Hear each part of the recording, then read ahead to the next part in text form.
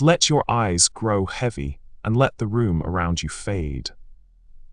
Breathe in slowly, and as you breathe out, feel a soft warmth spreading through your chest and down into your limbs. Tonight you rest in a quiet country village, far from any clock or hurry, in a time when evenings were long and gentle, and nothing moved faster than a walking pace. The lane is empty. The cottage is asleep. A single candle wavers behind a small window pane, and then is gently blown out. There is nowhere you must go. Simply lie still and let each slow breath ease you deeper, softer, nearer to sleep. The narrow cobbled lane between the cottages has cooled only a little since noon, and you walk it barefoot for the simple pleasure of the warm worn stones. On either side, climbing roses spill over low walls, their evening scent heavy and sweet. A lamp in an upstairs window glows softly behind a thin curtain. From an open door comes the gentle clink of dishes being put away for the night. The sky between the rooftops has turned the deep violet that comes just before the stars. A cat slips along a wall and vanishes. You move without haste, letting each warm cobble press its shape against your soles, and let the close, kind quiet of the lane fold around you. The lane home runs gently downhill toward the village lights, and you walk it slowly in the soft blue of the gathering dusk.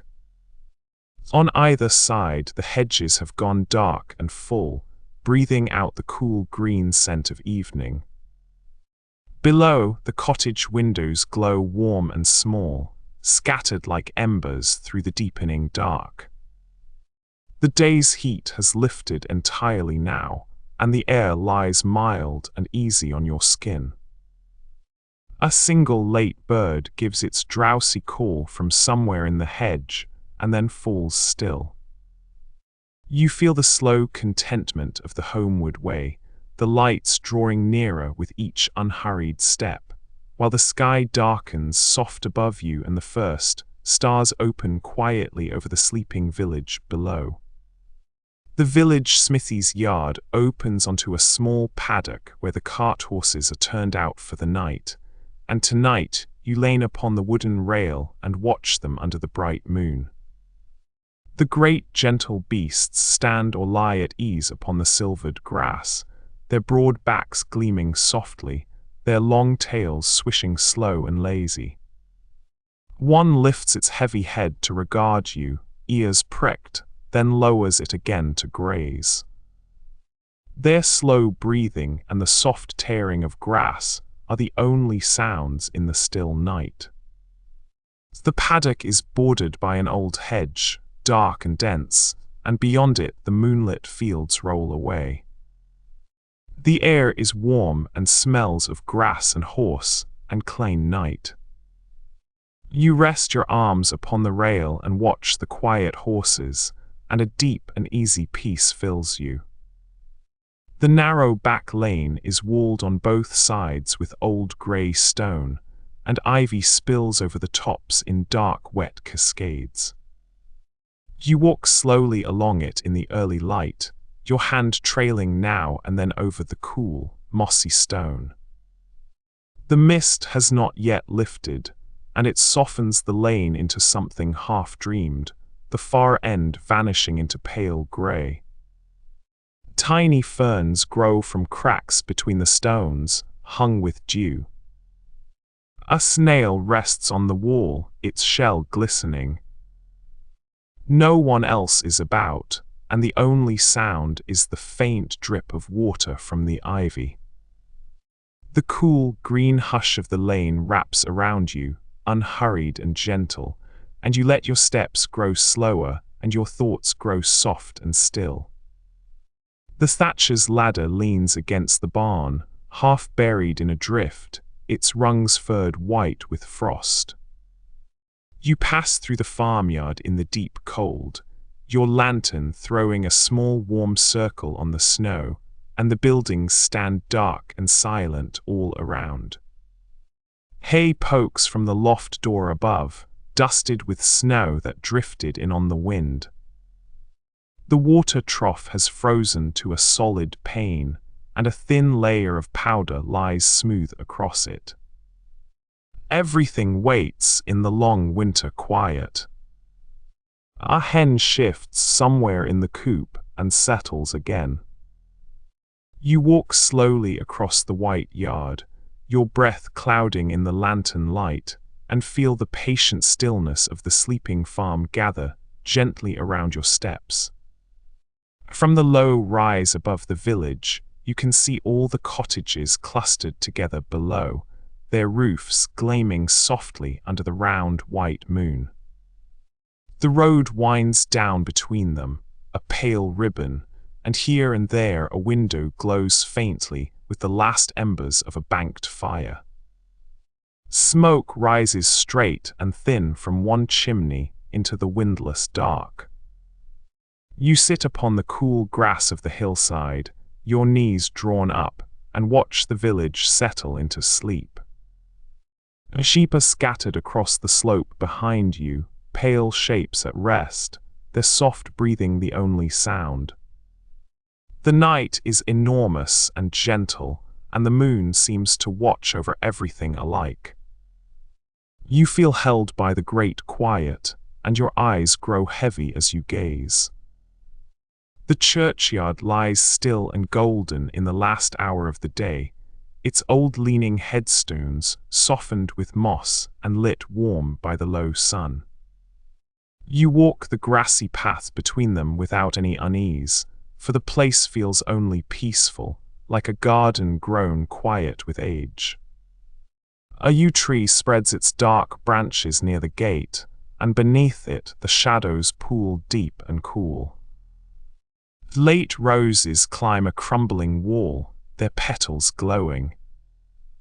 Somewhere a blackbird sings a few slow, liquid notes and then falls silent. The air is warm and smells of cut grass and stone. You pause by the worn lich gate, watching the light fade gently over the slumbering ground, and feel nothing but a deep and gentle calm. The village green lies empty and glistening under the steady evening rain, the maple standing dark and bare at its center. You watch from beneath the broad eave of the old hall, as the water sheets gently across the grass and pools in the worn hollows where children played by day. The surrounding cottages glow faint and amber through the falling wet, their smoke pressed low by the soft rain. A duck waddles unhurried across the green and settles by a puddle. The air is cool and smells of grass and earth and rain. Nothing stirs but the falling water, even and kind and unending. You lean against the cool stone of the porch and let the peaceful scene draw all the haste out of you, until you are calm and slow. The churchyard lies under a soft grey hush, its leaning stones half lost in fog, the grass between them long and silvered with dew. You walk the narrow path slowly, and the great dark yew at the corner drips quietly onto the ground beneath, one slow drop after another. Lichen grows pale and intricate on the old stone, and a single late rose still blooms by the wall, its petals beaded and heavy. There is nothing fearful here, only a deep and gentle peace, the kind that settles the heart. A blackbird hops along the top of the wall and is gone into the mist. You stand among the quiet stones, breathing the cool damp morning, and feel how softly the fog holds everything, the living and the long resting alike, in the same kind grey calm. The blacksmith's pony stands in its stall in the warm dark of the stable, dozing on its feet, one hind leg resting. You come in from the deep cold and feel the close warmth of the hay and the animals' slow breath. A frost glazes the small window, but inside the stable the air is snug and faintly sweet with straw. The pony's eyes are half closed, its ears soft and still, and it shifts its weight gently as you draw near, untroubled. A lantern hangs low, its amber light pooling over the worn boards. Outside the snow drifts silent and steady through the night. You rest a hand on the pony's warm neck, feeling its slow calm, and let the deep peace of the sleeping stable settle softly over you. The lane between the fields runs straight and pale beneath the stars, bordered on each side by low dark hedges and the great open dark of the sleeping land. The night is moonless tonight, and so the stars hang thick and bright, more than you could ever count, spilled across the whole black bowl of the sky. The packed earth glimmers faintly underfoot. The air is cool and smells of grass and far-off hay. No light shows anywhere but above. The village is a low dark cluster behind you. You stop in the middle of the empty lane and tip your face up to the wheeling stars, and the vast and gentle hugeness of the night sky pours its quiet down over you, until you feel small and safe and wholly at peace beneath it. Within the cattle by the air is warm and close, sweet with the breath of the resting beasts and the smell of clean straw. Rain falls steadily on the low roof above, a soft and constant sound that seems to deepen the calm inside. You sit on an upturned pail in the lantern light, listening as a cow shifts and settles, as a soft tail swishes in the dim. The animals are unbothered by the weather. They chew slowly and let their heavy eyes half close. Beyond the wide door, the yard runs with thin silver water, and the night is cool and dark. Here it is all warmth and patience, and the gentle drumming overhead, and you feel your own body grow heavy and content. A faded map is pinned to the wall of the study, its paper soft and furred at the folds, its inked lines gone pale as old tea stains. You lean close and trace a winding road with your eyes, following it through tiny stippled hills and the small clustered dots of villages. The paper has yellowed unevenly, darker at the edges, soft as cloth where it has been folded and unfolded. A drawing pin holds each corner, their heads dulled to grey. There is nowhere to go tonight, no journey to plan.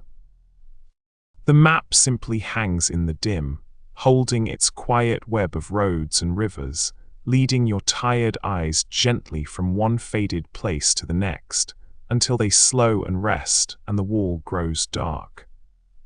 You drift towards sleep in a curtained box bed set into the cottage wall, snug and dark as a nest. Beyond the half-drawn hangings the rain falls steady on the roof and the single window, a soft grey sound that fills the whole small room. The fire across the floor has burned to a low red glow, and its warmth reaches you faintly through the gap in the curtains. The bedding smells of lavender and clean wool. You can hear the rain dripping from the thatch, slow and even, and far off the muffled patter on the byre roof. Wrapped in the dark warmth, listening to the gentle weather wrap the cottage round, you feel utterly safe and utterly still, and sleep comes to you soft as the rain. The baker's window glows faintly, the only warm light in the grey street. You pass close enough to feel the gentle heat from the wall and to catch the soft scent of bread rising somewhere within. The cobblestones are slick with dew, dark and shining, where the first pale light has begun to reach them. Above the rooftops, the sky is the color of weak tea, warming slowly at its lowest edge. A cat sits on a doorstep nearby, washing one paw with unhurried care, paying you no mind. The village sleeps on around this single point of warmth and quiet industry. You stand a moment longer in the soft hush, letting the comfort of it settle over you like a blanket. The old wooden barn stands at the edge of the farmyard, and tonight its great doors are drawn half open to the moonlit air. You step inside onto the soft straw and breathe the warm, sweet smell of hay stacked high to the rafters. Moonlight slips between the weathered planks in long pale lines, striping the floor and the round flanks of the sleeping cattle. The animals lie at ease, chewing slowly, their breath rising in faint clouds in the cool night. A barn owl shifts high in the eaves, silent and watchful, untroubled by your presence. The day's work is done and the harvest is safely in. You sink down into the loose straw at the barn's edge, and its warmth surrounds you, and the gentle sounds of the resting beasts lull you towards sleep. In the shade of the village inn's courtyard, you sit at a rough wooden table where the late sun slips over the low roof in a warm wash. Ivy climbs the old stone walls, its leaves trembling faintly, glowing where the light touches them. A few sparrows hop across the cobbles, pecking at crumbs, unbothered by your stillness. The air is warm and carries a faint, pleasant smell of wood smoke and bread. From somewhere within comes the soft clink of crockery being put gently away. You rest your hands around a cooling cup and watch the light climb slowly up the courtyard wall as the afternoon lengthens. The place is sheltered and easy and kind, and you feel no wish at all to move from this quiet golden corner. Across the lane, the windows of the old inn glow warm and amber. Inside, a low fire burns, and a few travellers sit quietly over their supper, speaking softly, in no hurry to move on. The innkeeper moves slowly between the tables. There is a deep and easy comfort in the room, the comfort of a warm place at the end of a long road, with nothing more that needs to be done tonight. The village schoolhouse sits empty and peaceful in the spring evening, its small high windows catching the last of the gold, the worn step before its door cooling slowly in the dusk. You pass it on your evening walk and pause to look. The little garden the children tend stands neat and quiet, its rows of seedlings just pushing through the dark earth. A blackbird sings from the schoolhouse roof, its evening song slow and full and clear. Ivy softens the old grey walls, and the bell in its small wooden cote hangs silent. The day's lessons are long done. There is a sweet and gentle stillness about the quiet little school at dusk, holding the warmth of the day, and you walk slowly on as the light fades softly from its windows. The first light finds the village rooftops huddled close together in their little valley. You look down upon them from the hillside path, the chimneys and gables soft and grey in the early dimness. A faint mist lies pooled in the lowest streets, drifting slow as breath. Here and there a single window begins to glow as someone, somewhere, lights a candle against the lingering dark. The smell of the first wood smoke reaches you, faint and sweet on the cool air. Below all is hushed and patient. You sit upon a flat grey stone and watch the dawn spread gently over the gathered roofs, feeling the slow, warm comfort of a sleeping place beginning, ever so quietly to stir. You walk the edge of the duck pond at dusk, where the ducks have tucked their heads beneath their wings and float, quiet on the still dark water. The willow trails its long leaves into the pond, and the last light of the sky lies mirrored on the surface. The village green is empty around you, the day's small comings and goings all finished. You go slowly along the soft grassy verge, breathing the cool damp air. You remember feeding crusts to the ducks here as a child, the eager small splashing. The memory is sweet and untroubled. A faint ripple crosses the pond and smooths away. The first star appears, doubled in the water. You stand a moment in the deepening calm, your heart as still and quiet as the sleeping pond. Beneath the eaves of the village shop, a row of icicles has formed, hanging slender and clear, and the snow drifts past them in the dim light of a nearby lantern. You stand sheltered in the doorway, out of the gentle fall, and watch the flakes come down over the quiet street. The cobbles have gone smooth and white, the gutters softened, the worn step beneath your feet dusted at its edges. Across the lane, a cottage window glows warm and low. No one passes. The cold is mild, and the air is still, and the only movement in all the world seems to be the slow descent of the snow. You linger in the doorway a while, comforted by the quiet, watching the icicles catch the faint gold light as the white gathers softly all around. Up the cottage stairs the small bedroom waits beneath the sloping thatch, and the spring dusk fills it with soft grey shadow as you draw the worn curtain part way across the little window. Beyond the glass the garden fades, and the first faint star hangs over the dark line of the hedge. The bed is made up with cool, clean linen that smells of the air and of lavender, and a patchwork quilt lies folded at its foot. The low beam above is close and comforting. From somewhere out across the quiet fields, an owl calls softly, and a dog barks once far off and falls silent.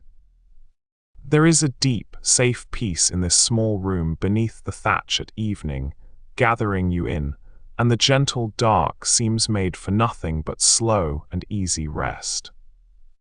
The long meadow lies silver under the rising moon, and you walk through it slowly, the dew soaking cool around your feet. The village is behind you now, its roofs just visible against the last pale light in the west. Out here there is only the vast soft hush of the night, and the faint sweet smell of grass and clover. You stop in the middle of the meadow and turn slowly, taking in the whole circle of the dim horizon. You remember haymaking summers here, the warm scent of the cut grass, the long golden days. The memory is gentle and asks for nothing. A moth or two drifts pale across the moonlit field. You stand quite still in the great calm of it, and your heart grows wide and untroubled. The dairy at the back of the farmhouse stays cool even now, its thick stone walls holding the night's first chill. You step inside onto the smooth flagstones, where shallow pans of milk sit, settling in the dim light. The air smells clean and faintly sweet, of cream and cold stone and scrubbed wood. A single small window lets in the last grey light of the warm evening outside. Everything here is quiet and orderly, the pans gleaming softly in their rows. From beyond the door comes the muffled, distant sound of the warm summer night, crickets and the low call of an owl. You stand in the cool hush a moment, Then let the gentle peace of the place ease you toward rest. The candlemaker's small shop sits dark at the end of the row, but through its window the moon falls upon row after row of pale tallow candles hanging from their racks to set. You stand at the glass and look in at the quiet workroom, the great copper vat now cold, the wicks all dipped and waiting. The candles gleam softly, ivory and grey, like rows of slender icicles in the moonlight. The smell of warm wax still lingers faintly in the cool night air. A wooden stool stands by the bench, pushed back, the day's work finished. Everything within waits patiently for morning.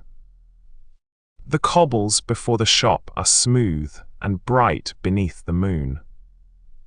You linger a moment at the window, comforted by the quiet order of the little shop, then walk on slowly into the gentle night.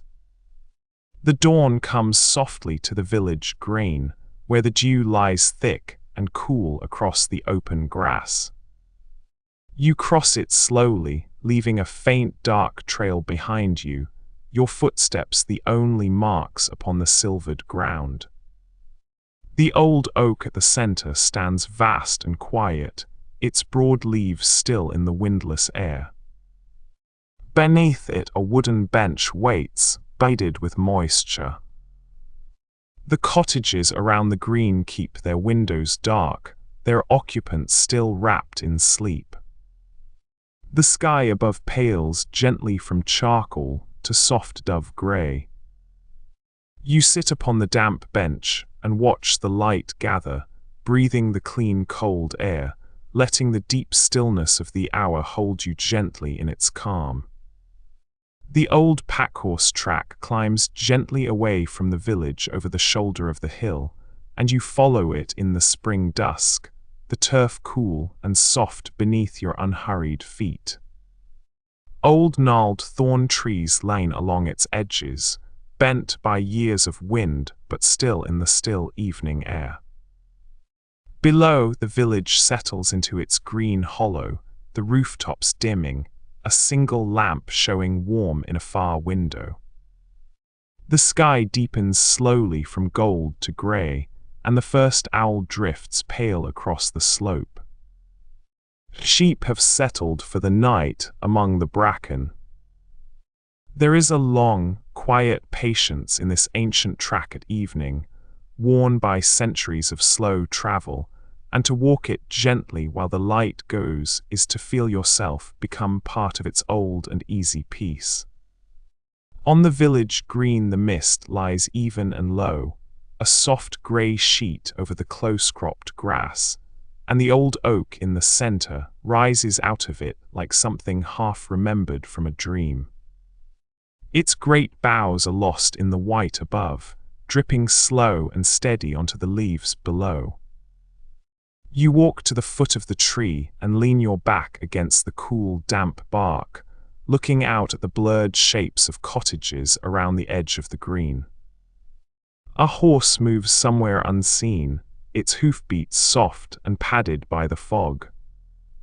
Nothing hurries. The green simply holds the morning gently, grey and quiet and kind, and you rest there, your breathing slow, content to be still inside the hush. Out on the cart track, the ruts hold thin silver pools of dew water, mirroring the brightening sky. You walk between them slowly as the dawn comes on, the packed earth soft and cool beneath your feet. On either side, the hedgerows stand dark and dripping, tangled with bramble and dog rose. A blackbird forages in the leaf litter at the verge, turning the wet leaves with quiet patience. The air is still and smells of damp earth and crushed grass.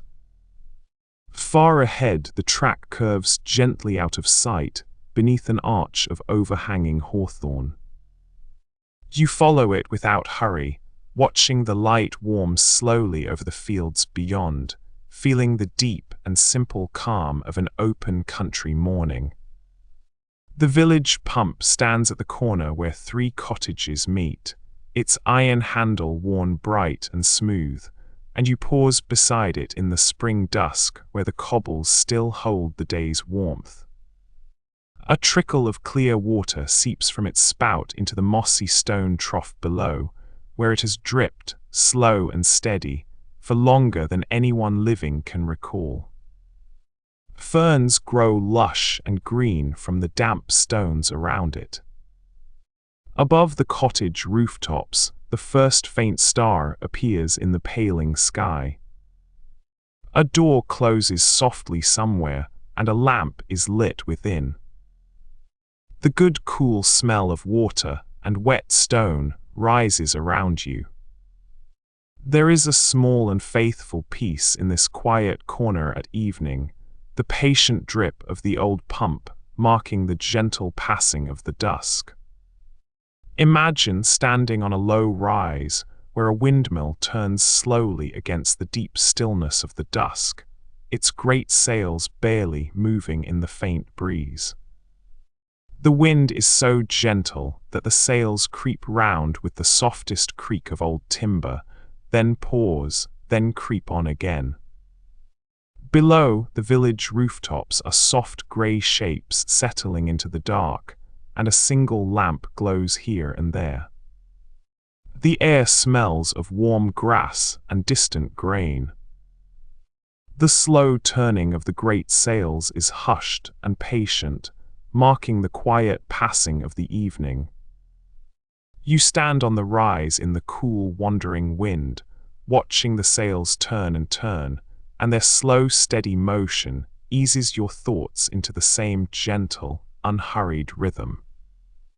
Down the village street, the baker's chimney is already warm though the hour is late and dark.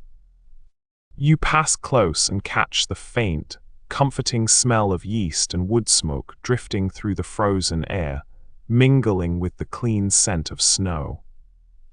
The cobbles are hidden under a smooth, white layer, broken only by the soft tracks of someone who walked home before you.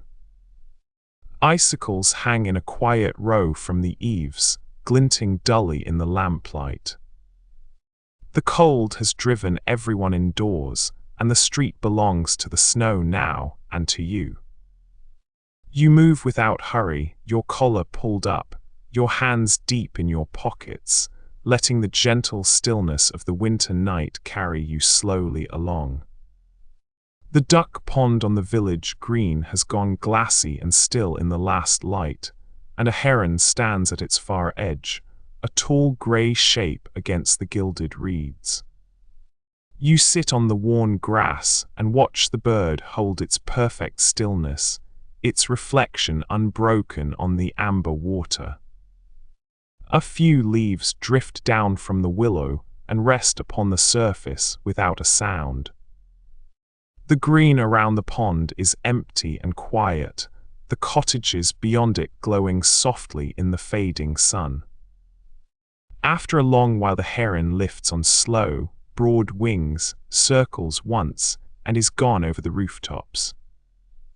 The water smooths itself again. You stay on the cool grass in the gentle dusk, soothed by the deep tranquility of the pond as the last gold light slips quietly away.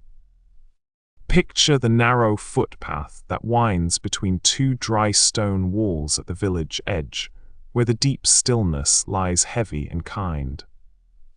A faint breeze travels along the lane, cool from the open fields beyond, and it carries the green scent of bracken and the faint sweetness of clover. The stones of the walls are still warm where they held the sun, and ferns grow soft in their crevices, swaying just a little as the air moves past. Ahead, the path dissolves gently into the gathering dusk. You walk slowly, in no hurry to arrive anywhere, your hand brushing the cool moss on the wall. With every quiet step the world grows softer, and your breathing slows to match the patient hush of the lane. The little stone bridge arches over a shallow brook, and you stand at its center, watching the water slip past below. Sunlight reaches into the stream and lights the smooth pebbles gold and brown beneath the clear, gentle current. The brook makes a soft, continuous murmur, the kind of sound that asks nothing of you. Ferns grow from cracks in the old stonework, nodding faintly in the cool air rising off the water. A small fish hangs almost still in an eddy, then slips away. You rest your hands on the warm parapet and let the steady voice of the brook wash quietly through your thoughts, and the afternoon seems to pour past as gently as the water, carrying every small worry softly downstream. Down by the millpond, the water lies flat and burnished, holding the last of the orange sky upside down. You sit on the worn plank of the footbridge and let your feet hang above the still surface. The great wheel has stopped turning. Only a thin thread of water trickles over its edge, soft as whispering. Reeds stand motionless along the bank, their tips dipped in gold. A moorhen paddles a slow, silent line across the reflection, and the colors ripple and knit themselves whole again. Midges drift in lazy clouds where the light catches them. The cooling air smells of wet stone and pondweed. Everything here moves at the pace of slow water, and you find your breathing has slipped into that same unhurried rhythm. The village schoolhouse sits dark and quiet beside the green, its single room empty now, and through the tall windows the moon falls upon the rows of worn wooden desks. You stand at the window and look in at the peaceful scene, the slates stacked neatly upon the master's desk, the chalk-dusted board wiped clean, the cold iron stove in the corner.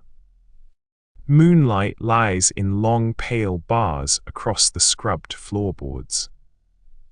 A jar of wildflowers, gathered by some child and left behind, stands upon a windowsill, its blooms soft and grey in the dark. The little room holds the gentle echo of the day's lessons, now hushed and still. The night air is cool and quiet. You breathe the calm of the empty schoolhouse, the deep restful pause between one busy day and the next, and you move on slowly through the moonlit green. Beside the village well, in the ivy that climbs the old stone wall, a robin has tucked itself away for the night. Its bright breast is dimmed now to a soft rust in the failing light, and it sits deep among the dark leaves, feathers puffed into a round and cozy shape. The bucket hangs motionless on its rope, and the water far below lies black and still. The day's clear song is silent. You can imagine the little robin's eyes closing slowly, its small head settling, the ivy sheltering it from any breath of wind. The well stands quiet and ancient in the gathering dark, and the robin sleeps within its leafy curtain, a small warm heart held safe against the cool old stone.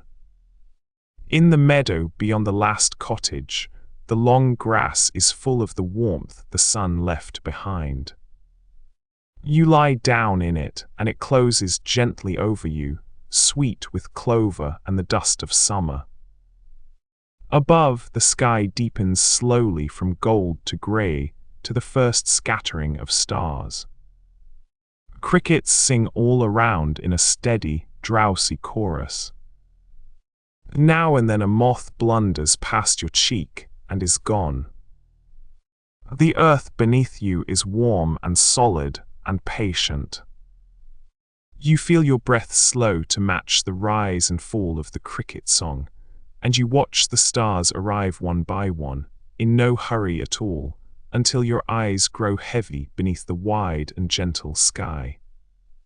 The cobbler's small shop sits shuttered and quiet now, but you pause by its low window in the spring evening, where by day the lasts and lengths of leather are set out. The lane is empty and softly lit, the worn stones still warm from the afternoon sun. A swallow's nest sits tucked beneath the eaves above the door, and the parent birds slip in and out with the smallest of sounds, their day not quite done. The good smell of leather and beeswax lingers faintly in the cooling air. Across the lane, a cottage chimney breathes its thin grey smoke. There is a homely, settled quiet to the little street as the dusk comes down, each small shop drowsing toward night, and you feel the gentle peace of it ease your steps to a slow and easy pace. The blacksmith's forge has cooled for the day, its great fire banked to a faint orange glow beneath the ash. You stand in the open doorway of the dim, low workshop and feel the last warmth radiating from the old brick hearth. Horseshoes hang in tidy rows along the soot-darkened wall, and the heavy anvil sits silent in the center of the floor. The smell of warm iron and coal smoke lingers, soft now and not unpleasant. Through the wide door, the last gold light falls across the worn flagstones. The bellows rest, the hammer is laid down, and the whole forge has settled into a deep and earned quiet. You linger a moment in the gentle heat, soothed by the stillness of a place that has finished its long day's work. In the corner of the old stable, where straw is heaped soft and golden, a clutch of bantam hens has gone to roost upon a low beam. They sit pressed wing to wing, a row of warm feathered shapes, heads tucked and combs drooping gently in the dim. The horse below shifts its weight and size, and then all is quiet. The stable holds the day's warmth close, and the smell of hay and clean wood fills the cooling air. You can picture the little hens swaying together as they settle, each soft murmur fading into silence. They are safe upon their beam, drowsy and content, and they will sleep there snug until the first grey hint of morning light. Along the field path at the village edge, the new wheat stands knee-high and tender, rippling in the softest of evening airs like a slow green tide. You walk between the hedgerows where cow parsley froths white and waist-high, its lacy heads catching the last of the light. The air is mild and full of the smell of growing grass. A hare sits motionless at the field's far corner, ears alert but unhurried, and then bends again to graze. Above, the sky has paled to the color of washed linen, with one early star just showing. Each step takes you deeper into the gentle quiet of the land at evening, where nothing presses and the whole green world seems to be settling slowly down to rest. From a cottage down the row, the slow, rhythmic creak of a rocking chair on a wooden floor drifts out into the still evening. Someone sits and rocks in the dim room, and the chair answers with a soft groan as it tips forward, a brief quiet, then a softer groan as it tips back. The rhythm is even and unhurried, the sound of a person at rest in their own house. You stand in the quiet lane and let the gentle creak reach you, forward and back, steady as a slow heartbeat. There is deep contentment in it, and as you listen the rocking seems to cradle the whole evening, and your own eyes grow heavy and calm. The wide common lies grey and still beneath the lifting dawn. You walk its open ground slowly, where gorse bushes hold the last shadows of the night in their dense dark hearts. Dew lies heavy on the rough grass, soaking cool against your steps. A pony grazes alone in the distance, its dark shape soft against the paling sky, lifting its head now and then to watch you with calm, unhurried eyes. The air is fresh and faintly resinous from the gorse. A lark stirs in the grass but does not yet take wing. You pause in the middle of the great open space and watch the light spread gently to the horizon, feeling wonderfully small and wonderfully at peace. Along the hedgerows that fringe the sleeping fields, the rain falls gently on every leaf and bramble, beading the spider silk and bowing the tall wet grass. You walk the soft track between them with a shawl drawn close, in no hurry at all. The earth beneath your feet has turned to a quiet give, and the smell of it rises sweet and dark around you. Beyond the hedges, the meadows lie pale and still under the cloud, drinking the rain in long, patient draughts. A single cottage light shows far off across the valley. Everything is hushed and dim and cool. You feel the rain on the back of your hand, light as breath, and the whole night seems to slow with you, gentle and kind and unending. Up the lane the old inn sits with its windows dark, but a single oil lamp glows in the porch, casting a warm pool upon the worn doorstep. You pause beneath the hanging sign, which sways not at all in the windless night, its painted face soft and faded under the moon. The whitewashed walls of the inn glow pale and luminous, and the small leaded panes catch the moonlight in a dozen tiny squares. From within comes no sound at all. The last guests have long since climbed the creaking stairs to bed. The cobbles before the door are smooth and bright. A black cat sits washing itself upon a low wall, unhurried, then curls into a contented ball. The night holds everything in a deep and gentle hush, and you breathe it in. You climb the worn wooden ladder into the hayloft, and settle into the deep, fragrant straw near the open gable window, where the night air drifts cool and sweet. Below, the barn is warm and dark and quiet. Above, through the wide opening, the stars spread thick across the sky in a soft, endless scattering. You arrange the loose hay comfortably and lie back, your eyes finding the glitter beyond the dark frame of the window. The whole village rests in silence around the barn. The straw smells of summer and sun even now, in the cool of night. Your body grows heavy and content, sinking gently into the soft bedding, and your gaze softens on the patient stars until they blur kindly together, and a deep, easy drowsiness carries you slowly towards sleep. The walled kitchen garden of the old hall is wrapped in fog this morning, the high brick warm-colored even through the grey, the espaliered pears beaded along their careful branches. You walk the central path between the box hedges, their clipped tops dark and shining with dew, releasing their green scent as you brush them. A robin sings 2 soft notes from the wall and then falls quiet.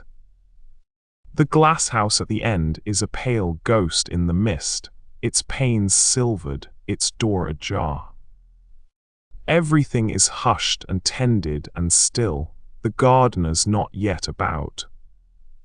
The cool air smells of damp earth and box, and the faint sweetness of ripening fruit. You stand among the quiet beds, breathing slow, and feel the gentle order of the garden settle peacefully around you.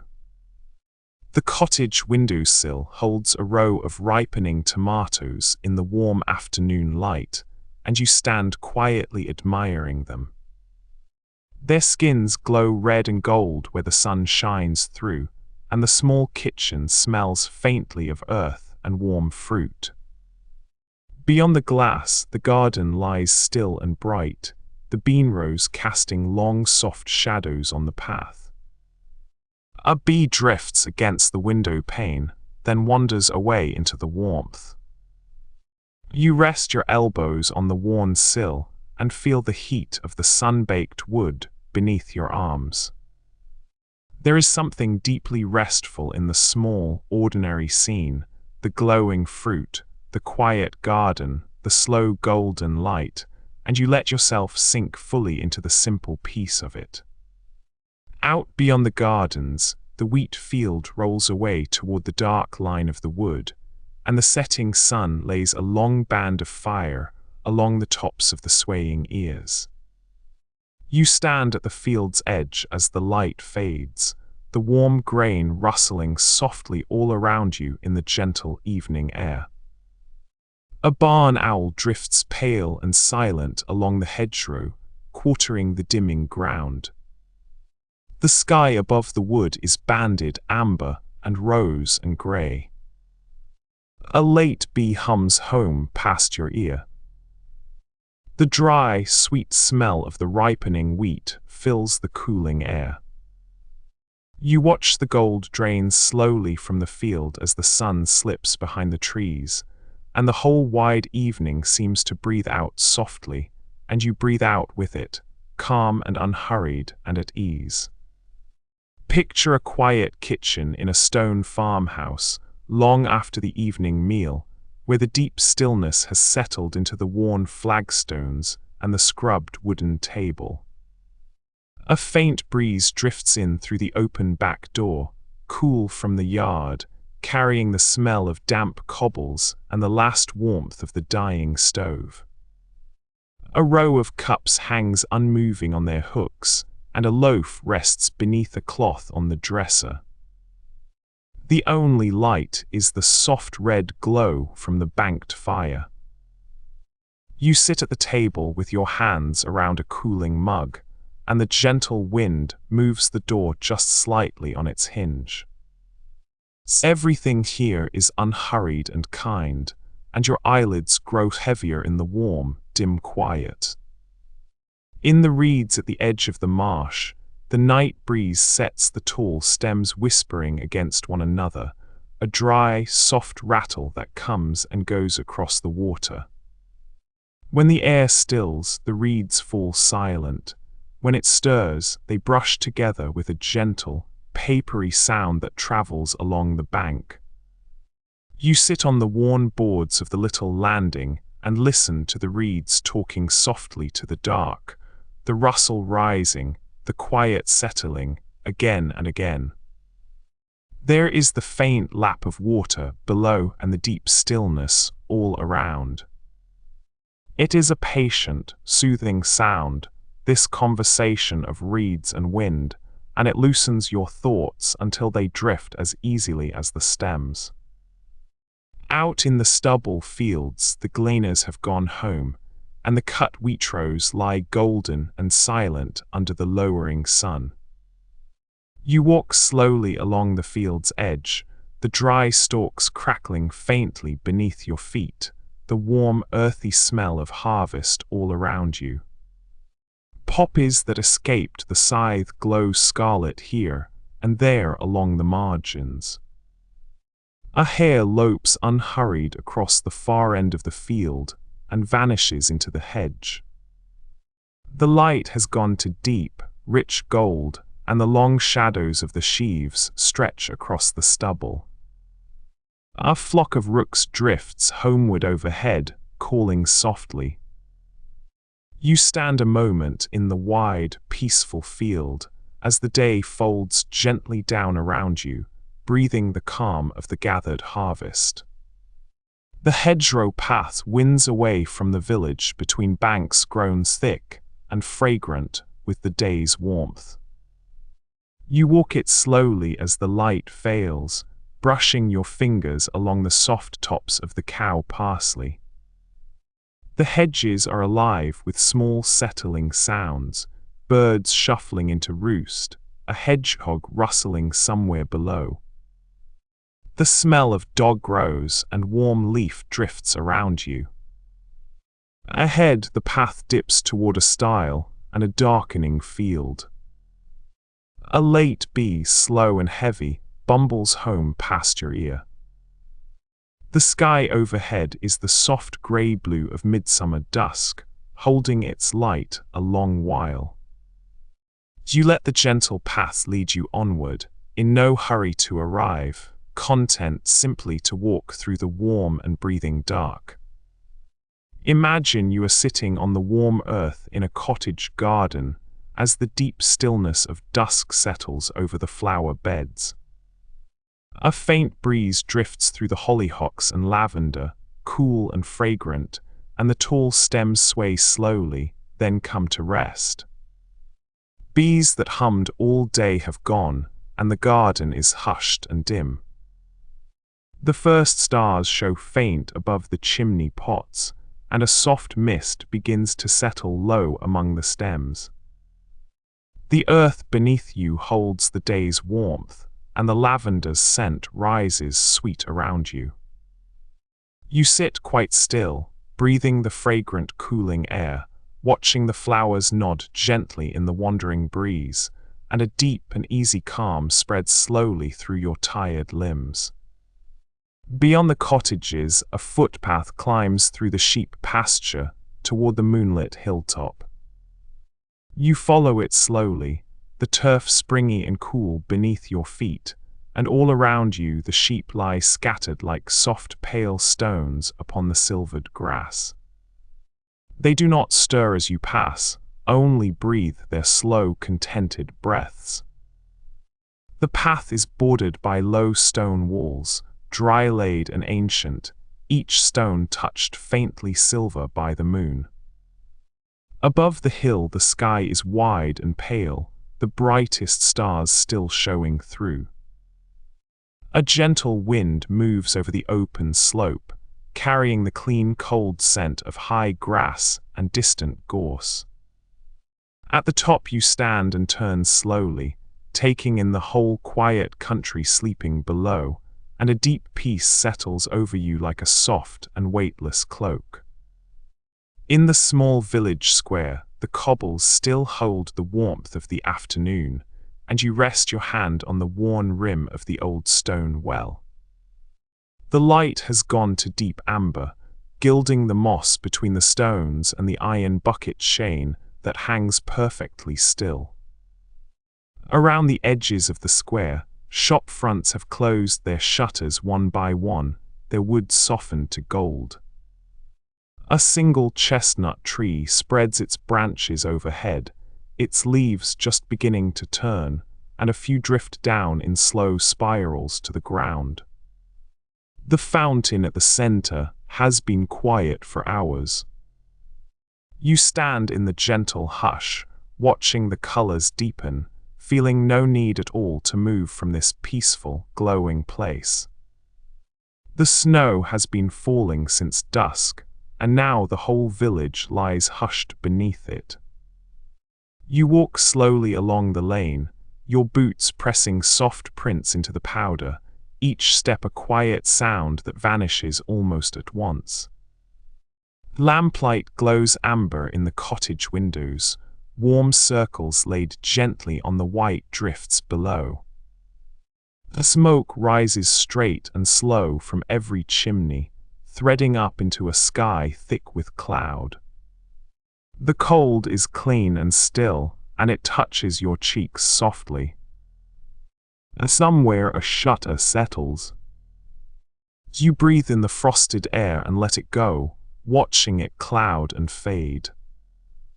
The world feels small and safe tonight, wrapped in snow, asking nothing of you but to wander gently home.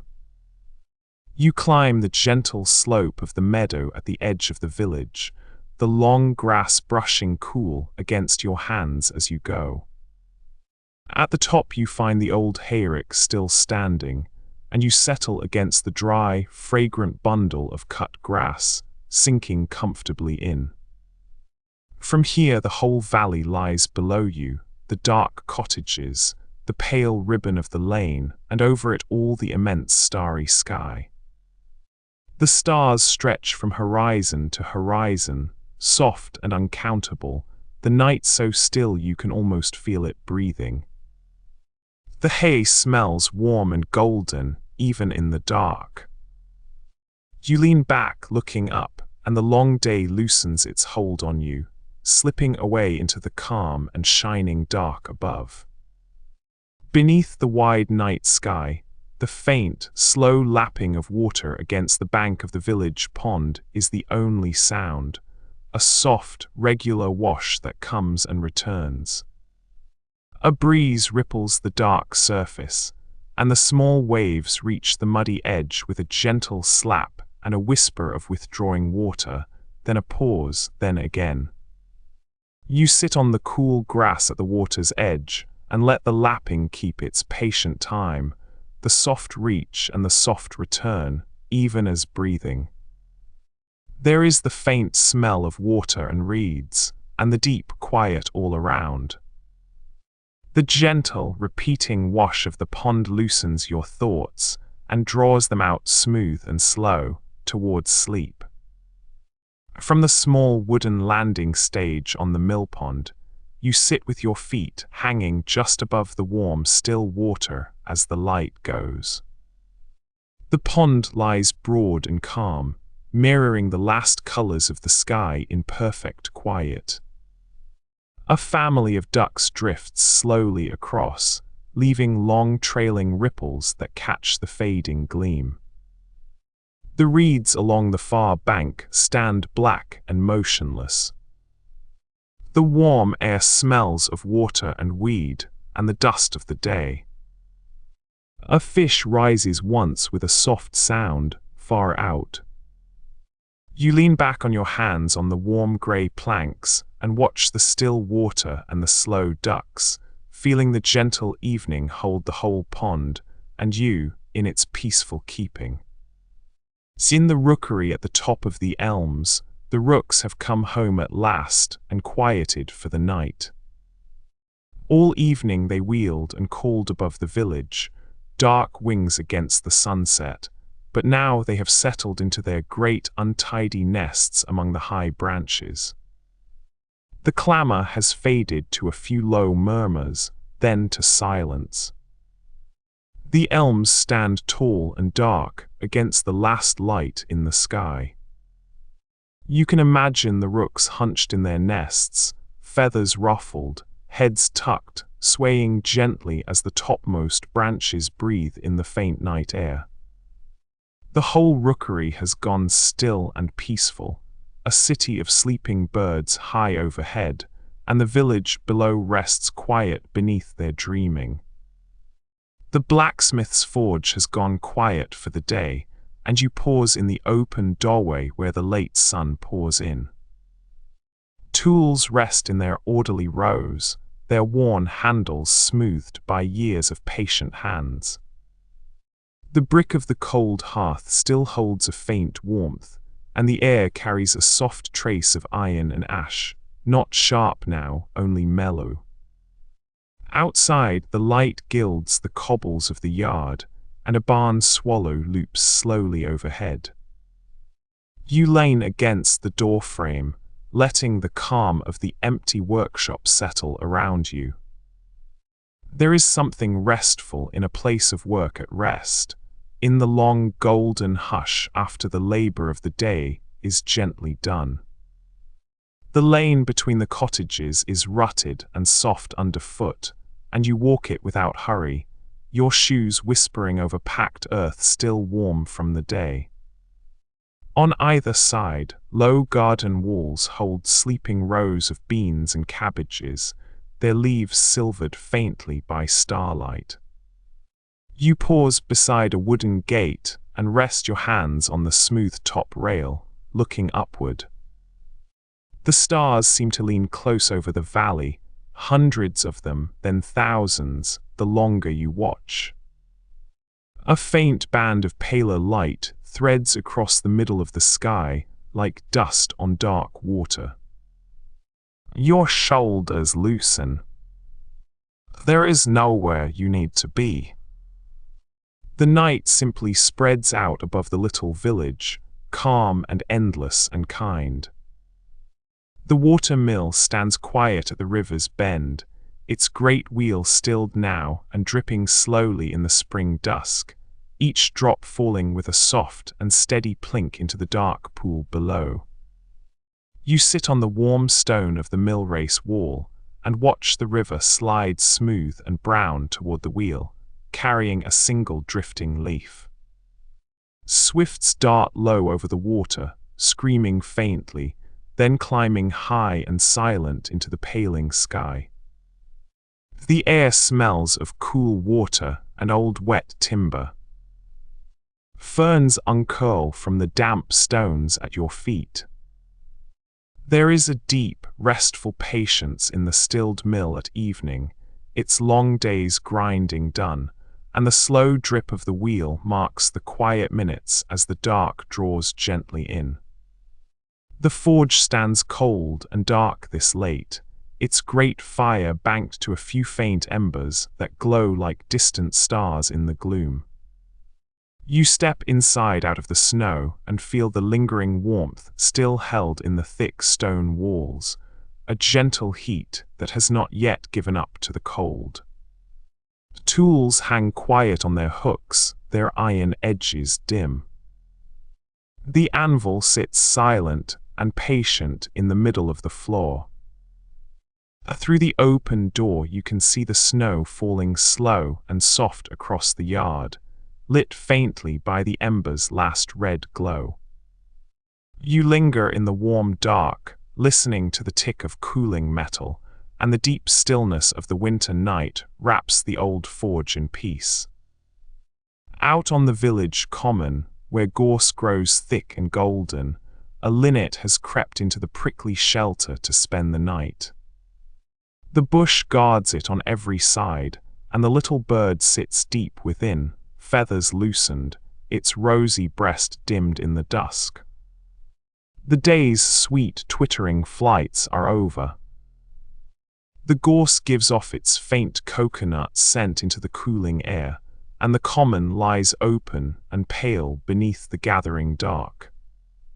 You can imagine the linnet pressed snug among the green spines where no wind can reach, its eyes slowly closing, its small body warm and still.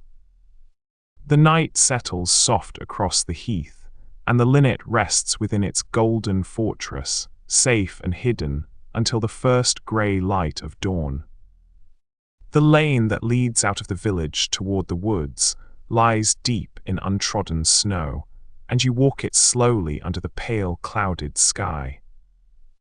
On either side the bare trees stand still and white, their branches outlined delicately against the dimness. The deep cold makes each breath visible, rising slow and soft before you. Snow has bent the young saplings into gentle arches over the path. Somewhere far ahead an owl calls low and is answered, then silence returns, vast and kind. Your footsteps are the only sound, soft and muffled in the powder. You move without aim or hurry, drawn by the quiet, and feel the deep stillness of the winter would gather around you, peaceful and unhurried, holding the night gently close. The little village shop has long since closed, and you pass its dark window in the warm dusk, where jars of sweets and reels of thread sit dimly behind the glass. The doorstep still holds the day's heat beneath your feet. The lane is quiet, the shutters going up one by one along the row. A cat sits washing itself in a patch of fading light. From an open upstairs window comes the low murmur of someone settling a child for the night. The air smells of warm dust and the sweetness of a nearby garden. You walk on slowly past the sleeping shop fronts, the warm evening wrapped close around you, and feel the gentle rhythm of the village folding itself away into the dark. The cottage parlor is dim and warm, lit only by the moon that falls in through the small mullioned window, and you sit in the deep old armchair by the cold hearth, wrapped in a soft woolen blanket. The room is full of gentle shapes, the tall clock ticking slow and steady in the corner, the row of pewter plates upon the mantel catching faint light, the worn rug soft beneath your feet. The moonlight lies in a pale lattice across the floor, cast by the little leaded panes. Outside the garden sleeps, and beyond it the village. The slow tick of the clock and your own quiet breathing are the only sounds. The night is mild and deeply peaceful. You sink a little deeper into the soft chair, and the gentle measured ticking carries you slowly towards sleep. The carrier's cart stands idle in the inn yard, its cover drawn tight against the rain, the patient horse stabled warm within. You watch from the lit doorway as the steady fall darkens the cobbles and gathers in the ruts the wheels have worn. Rain drums softly on the cart's canvas and runs in clear lines from its edges to the ground. The lane beyond the gate has gone to a soft, shining grey. Nobody will travel tonight, the parcels can wait, the road can rest. The smell of wet straw and harness, leather drifts on the cool air. You stand a while in the warm light at your back and the gentle rain before you, and the unhurried peace of the halted journey eases something deep within you. The old stone bridge over the river arches high and white tonight, its parapet capped with a smooth ridge of snow. You walk slowly across, your boots pressing soft prints, and pause at the crown to look down at the dark water moving slow and quiet between its frozen banks. Ice has formed in broad, pale shelves at the river's edges, and the reeds beyond stand stiff and silvered. The cold air rises faintly from the water, clean and sharp. Far off, the windows of the village glow small and warm against the dark. You rest your hands on the snowy stone and watch the slow river slide beneath you, feeling the deep peaceful stillness of the winter night settle gently into your bones. In the snug back room of the inn after the last guest has gone, you sit alone by the settling fire, the lamps turned low, the long day's work behind you. The worn settle is soft beneath you, and the fire's glow throws warm shadows across the low-beamed ceiling. Outside the village street lies dark and still. You like this quiet hour best, when the bustle is done and the old room keeps only its own deep peace. The faint smell of wood smoke and ale hangs comfortable in the air. You remember the warm, crowded evenings, the soft talk and laughter, all gone quiet now. The memory is a gentle one. The fire ticks softly. You stretch your tired feet toward the warmth and let a deep contentment settle over you, slow and easy. The lane climbs gently past the last cottage to where an old wooden stile crosses into the open meadow, and you rest there now, sitting upon the smooth grey rail beneath the moon. Before you the meadow rolls away, the long grass gone silver, dotted with the pale closed heads of sleeping wildflowers. A faint mist lies in the lowest hollow like a pool of soft grey milk. The night is full of the gentle scent of grass and clover, and the air is cool and clean. Far across the field, a single tree stands black and round against the pale sky. No creature stirs, the meadow holds its breath in sleep. You sit upon the worn stile, in no hurry to climb over, and you let the great quiet of the open land settle softly upon your shoulders. The lavender beds in the cottage garden have gone soft and grey-purple in the failing light, and you walk slowly between them as the day cools toward evening. The warm air is heavy with their drowsy scent, deepened by the last of the sun's heat held in the stones of the path. Bees move slowly among the spent flower heads, their humming low and content. A few late butterflies fold their wings to rest. The whitewashed cottage glows faintly gold behind you, its windows beginning to catch the dimming light. You pause and run your hand lightly over the lavender, releasing more of its calming fragrance into the still air, and stand a while in the gentle hush as the colors fade and the garden settles towards sleep. In the loft above the stable, the hay is piled deep and soft, and you lie back into it as into a great gentle hand. The smell is warm and sweet, all summer meadows pressed and dried and stored. Below, you can hear the horses breathing slowly, the small creak of a shifting hoof in the straw. A high window with no glass lets in a square of starlight that lies pale on the boards. The night air drifts cool against your face while the hay holds you warm. Dust floats slow and invisible in the dark, settling without a sound. There is nowhere you need to be and nothing you must do. You sink a little deeper into the soft pile, and the slow warmth and the slow breathing carry you gently down towards sleep. The mill wheel has frozen still tonight, hung with long clear icicles where the water once turned. You stand on the little bridge and look down at the stream, which has narrowed to a dark ribbon between shelves of ice, murmuring faintly beneath the cold. Snow caps the mossy stones and rounds the shapes of the railing under your gloved hand. The old mill itself sits dark and patient, its windows black, its timbers furred with frost. Above, the clouds have thinned just enough to let a pale glow through. You linger, listening to the small voice of the half-frozen water, the only sound in all the white stillness. It is a slow and gentle music, and you let it carry your thoughts softly away. You stand at the open half-door of the cottage, looking out across the dark yard where the well stands quiet and the hens have long gone to roost.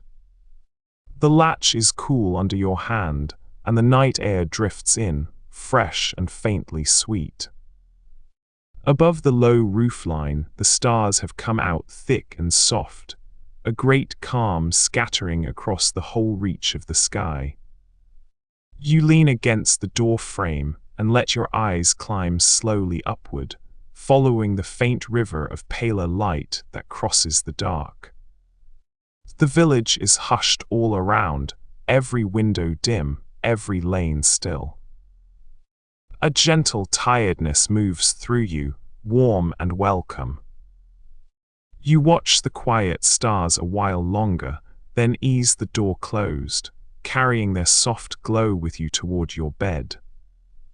Inside the small inn, the fire has burned low for summer, just a few embers glowing on the wide hearth. You sit at a worn oak table near the open window, where the warm night air drifts in carrying the smell of the garden. A single candle burns steadily in its dish, its flame perfectly still. The room is nearly empty and very quiet, only the soft tick of a clock on the mantel. Through the window, the village lane lies dim and peaceful under the first stars. A cat sleeps on the windowsill, paws tucked beneath it. You rest your elbows on the smooth old wood and let the candlelight and the warm hush of the room settle gently over you. You sit in the wheelwright's quiet workshop as the rain falls soft and steady on the shingled roof. The half-made wheels lean against the wall, the spokes and felloes stacked in patient rows, the air thick with the clean smell of cut timber and shavings. A lantern hangs from a beam, throwing a warm and gentle light over the worn floor. Outside, the rain runs from the eaves in thin, bright strings and pools in the yard among the stacked timber. There is no work tonight, only the resting tools and the soft, persistent fall. You run your hand over a smooth curve of oak, breathe the woody air, and listen to the rain keep its even time, and a deep contentment loosens your shoulders and slows your thoughts towards sleep. Within the cobbler's small dim shop, the rain ticks softly on the window while the day's work rests upon the bench. You imagine the rows of mended shoes set neat upon their shelf, the awls and waxed thread laid aside, the leather scraps swept into the corner. A low lamp glows warm against the gathering dark, and the air smells of leather and beeswax and the damp of the night. Outside, the rain falls steady on the lane and drips from the eave past the little pane in a slow, bright thread. The street is empty and shining. There is nothing to stitch tonight, nothing to hurry for. You breathe the quiet, leathery air and listen to the gentle fall, and a comfortable drowsiness comes stealing softly over you. Snow settles on the thatched roofs of the row of cottages along the lane, building up in soft ridges that overhang the eaves. You walk slowly beneath them, looking up at the way the white catches the faint light and softens every familiar shape. A wisp of smoke rises from one chimney, curling lazily into the falling flakes before it fades. The thatch holds the snow gently, and now and then a small clump slips and settles silently to the ground. The lane is hushed, the cold mild and still. You pass a low garden gate, its latch wearing a little hood of white, and behind it the dark shapes of slumbering plants lie tucked beneath their own soft blankets, waiting patiently for the slow turning of the season. Behind the cottages, the kitchen gardens give way to a small dark orchard where bees sleep in their straw hives. The domed skeps sit in a quiet row, faintly humming with a warmth all their own, the bees gathered close inside against the cool of the night. The grass around them is heavy with dew. A faint sweetness of honey and wax hangs in the still air, mingling with the green smell of leaves at rest. Above, the apple branches hold their fruit in motionless dark. Nothing stirs but the low, drowsy hum from within the hives, soft as distant breathing. You stand a careful distance away and listen to that gentle warmth in the dark, and the patient industry now folded into sleep feels deeply, quietly reassuring. From the orchard slope, you can see the whole village laid out below in the last light, its roofs catching fire softly in the low sun. You lie back in the long grass between the apple trees, and the ground is warm and yielding beneath you. Petals have long since fallen, and now small green apples hang heavy and quiet overhead. A bee makes its final, drowsy round and then is gone. The grass smells sweet and dry, and somewhere a wood pigeon coos its rounded, comfortable note over and over. The light slips from gold to grey by tender increments. You watch the color drain gently from the sky and feel no urge to move, content to let the dusk gather you in beneath the boughs. In the cool of the dairy at the back of the farmhouse, the spring evening lingers blue and quiet, and you stand in the doorway breathing the clean smell of milk and scrubbed slate. Wide, shallow pans sit in their orderly rows along the cold stone shelves, the cream rising slow and pale upon them. A single small window lets in the last grey light. Everything here is calm and ordered and faintly cool, the flagstones swept, the churn standing ready in its corner.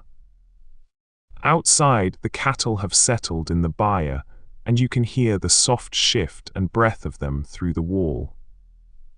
There is a plain and restful peace in this quiet working room at evening, where the day's labour is finished, and the gentle dark gathers among the cold stone. The cottage hearth holds a small, low fire this spring evening, for the nights are still cool, and you sit before it in a worn wooden chair as the last daylight fades from the little window.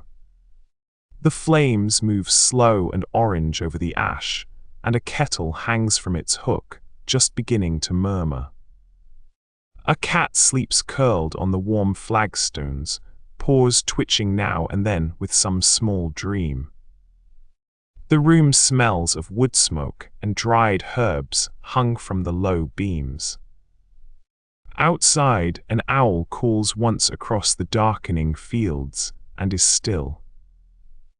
There is nothing to be done now, no tasks that cannot wait for morning. You watch the fire and the gathering dusk together, and a deep drowsy contentment settles slowly over the quiet room. In the cool stone larder behind the kitchen, you stand a moment in the dim evening light, looking over the laden shelves with quiet satisfaction. The crocks of butter and the rounds of cheese, the jars of preserves glowing red and gold, the hanging hams and the baskets of apples, all set by against the coming winter. A small high window lets in the last grey light. The cool air smells richly of all the good stored things. You remember the long, pleasant work of putting it all by, the autumn days of pickling and salting and storing. The memory is a warm one. The village has gone quiet beyond the thick stone walls. You stand in the cool, dim larder among the plenty of the year, and a deep contentment fills you, calm and sure.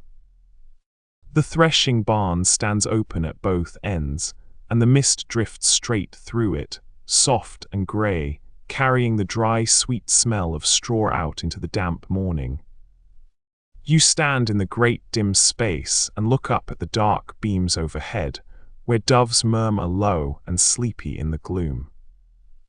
The floor is worn smooth and pale by years of labour, swept clean now and quiet. Outside, the farmyard is wrapped in fog, its edges erased, its sounds rounded and far. A few stray ears of wheat lie scattered in the corners.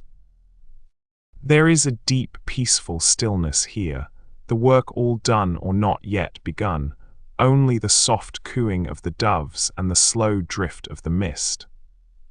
You breathe the dry, warm dust and the cool, damp air together and feel wonderfully calm. The old water wheel by the mill turns slowly in the dusk, and its sound is a long, gentle cycle you could listen to forever. There is the soft creak of the great timber, then the cool spill of water sliding off the paddles, then a low rush as it falls back to the stream, then quiet, then the creak again. Each turn is the same, unhurried and complete. You lean on the mossy rail and let the wheel measure out its slow minutes, the dripping, the groaning wood, the steady fall of water. Nothing changes and nothing needs to. The wheel turns on into the evening, and your thoughts turn slowly with it, easing towards sleep. The village pond mirrors a sky gone soft with rose and gold, and a family of ducks drifts slowly across it, leaving long shining wakes that fade as gently as they form.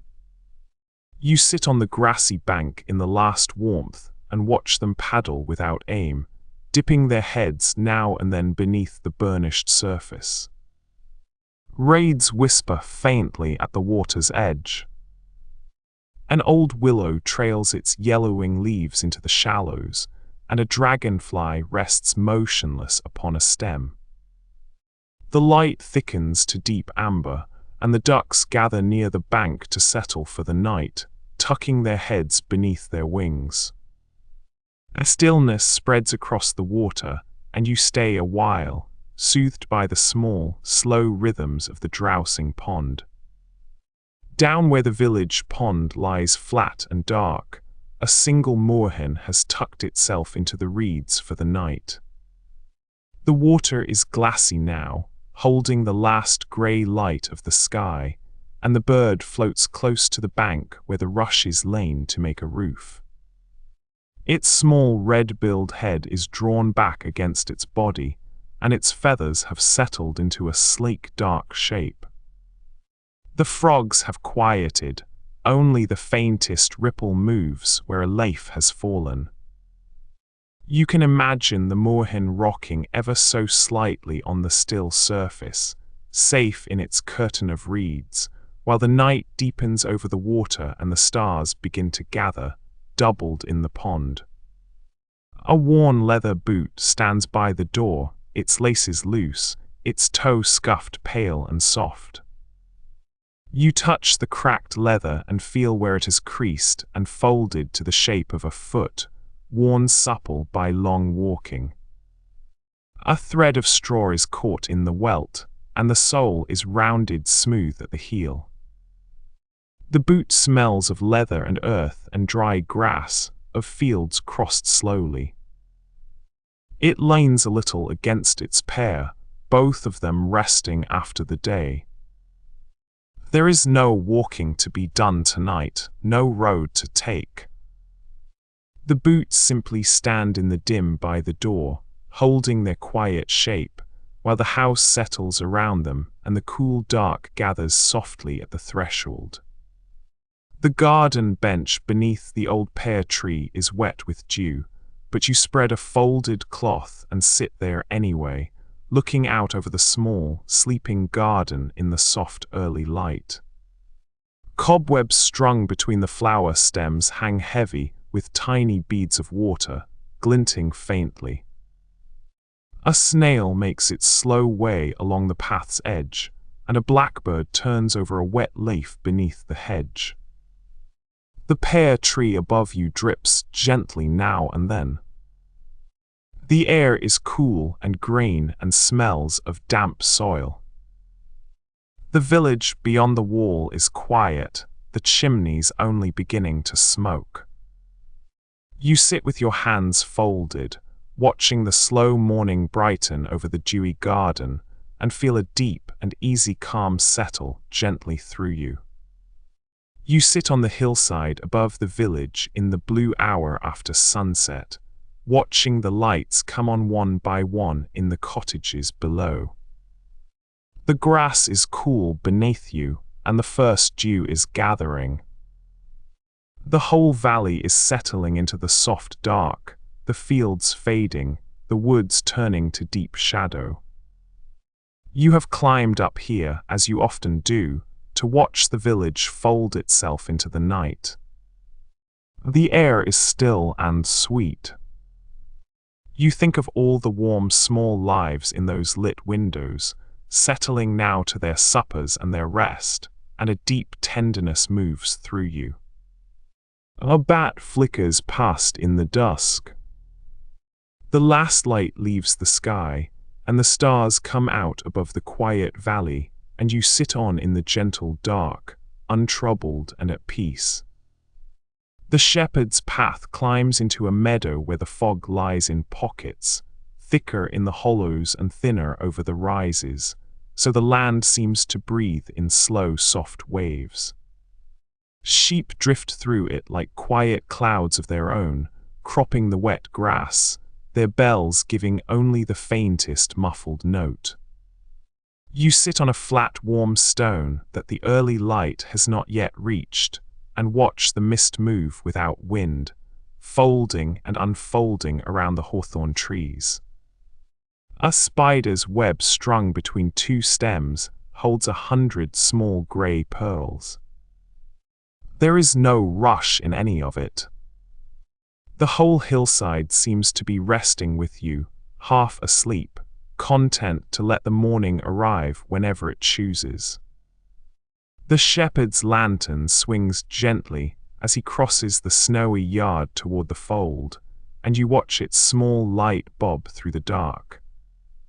The sheep are gathered close in the lee of the stone barn, their thick fleeces dusted white, breathing out clouds that drift and vanish. He pauses to lay fresh straw, his movements slow and unhurried in the cold. The hush of deep winter lies over the whole field, broken only by the soft shuffle of hooves and the creak of the barn door. Snow lies smooth across the hills beyond, faintly luminous beneath the clouded sky. You stand a while in the quiet, the lantern light warm against the white, and feel how gently the night cares for every sleeping thing. Inside the little chapel, the early light comes through old wavy glass and lies in pale-colored pools across the worn stone floor. The pews are empty, the air cool and faintly sweet with candle wax and dust. You sit near the back, hands in your lap, listening to nothing at all but the deep, settled silence of the place.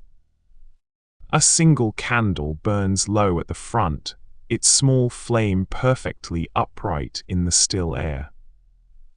Outside, the village has not yet stirred, and inside these thick walls the world feels paused and gentle. The quiet here is old and kind, gathered over many slow mornings. You breathe it in, your thoughts growing soft and slow, content to simply rest in the calm. The meadow beyond the last cottage lies silver with dew, each blade of grass beaded and bending under the weight of tiny droplets. You walk a narrow path worn smooth by years of gentle feet, and your hem grows damp at the edges. The air smells of wet earth and clover, cool and green.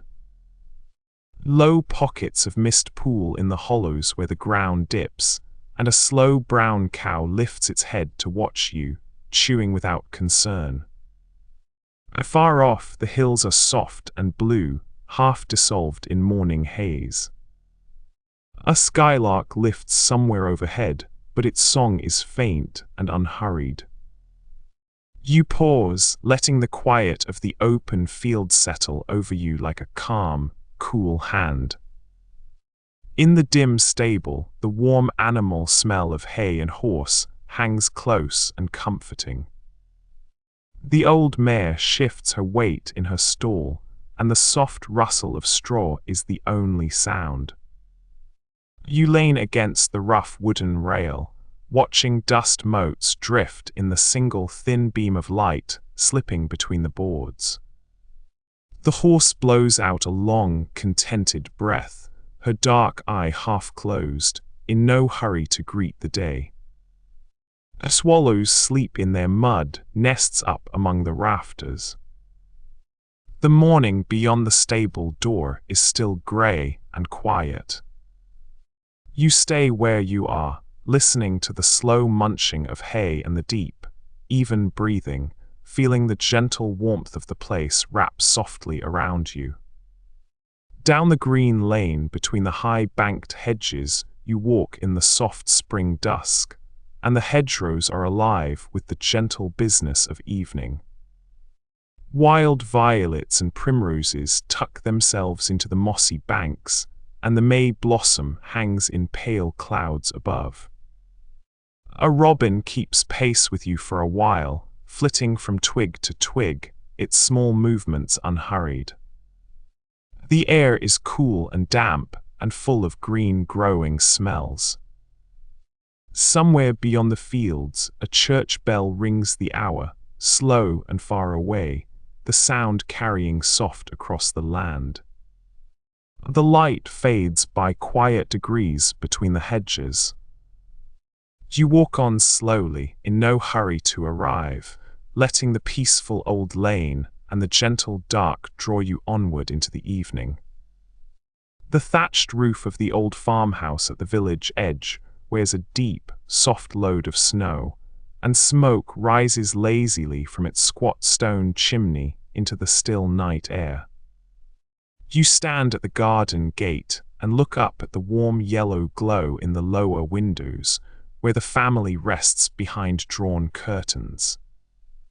The garden lies quiet, its beds and bushes rounded into gentle white shapes, a wooden rake left leaning by the door. The snow falls slow and straight, gathering on the gatepost beneath your hand. A dog gives one soft, sleepy sound from somewhere within, and then is quiet. You linger at the gate in the mild cold, watching the snow settle over the farmhouse and its garden, feeling the deep, simple peace of the place. Down by the well in the middle of the village, the old rope creaks softly over its wooden wheel as the bucket is lowered into the cool dark below. There is the slow groan of the wheel turning, then a faint splash far down as the bucket meets the water, then the gentle creak again as it rises. The sounds echo a little against the stone shaft, soft and rounded. You wait nearby in the evening hush and listen to the patient work of drawing water, the rope, the wheel, the distant splash, each part unhurried. It is a sound that has filled this little square for longer than anyone remembers, and it settles over you, calm and old and kind. At the top of the hill, the windmill stands still against the last gold of the sky, its great sails motionless now that the day's grinding is done.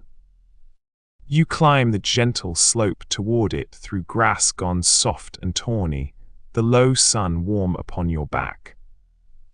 The white-painted tower glows faintly amber, and the long sails throw their quiet shadows across the hillside.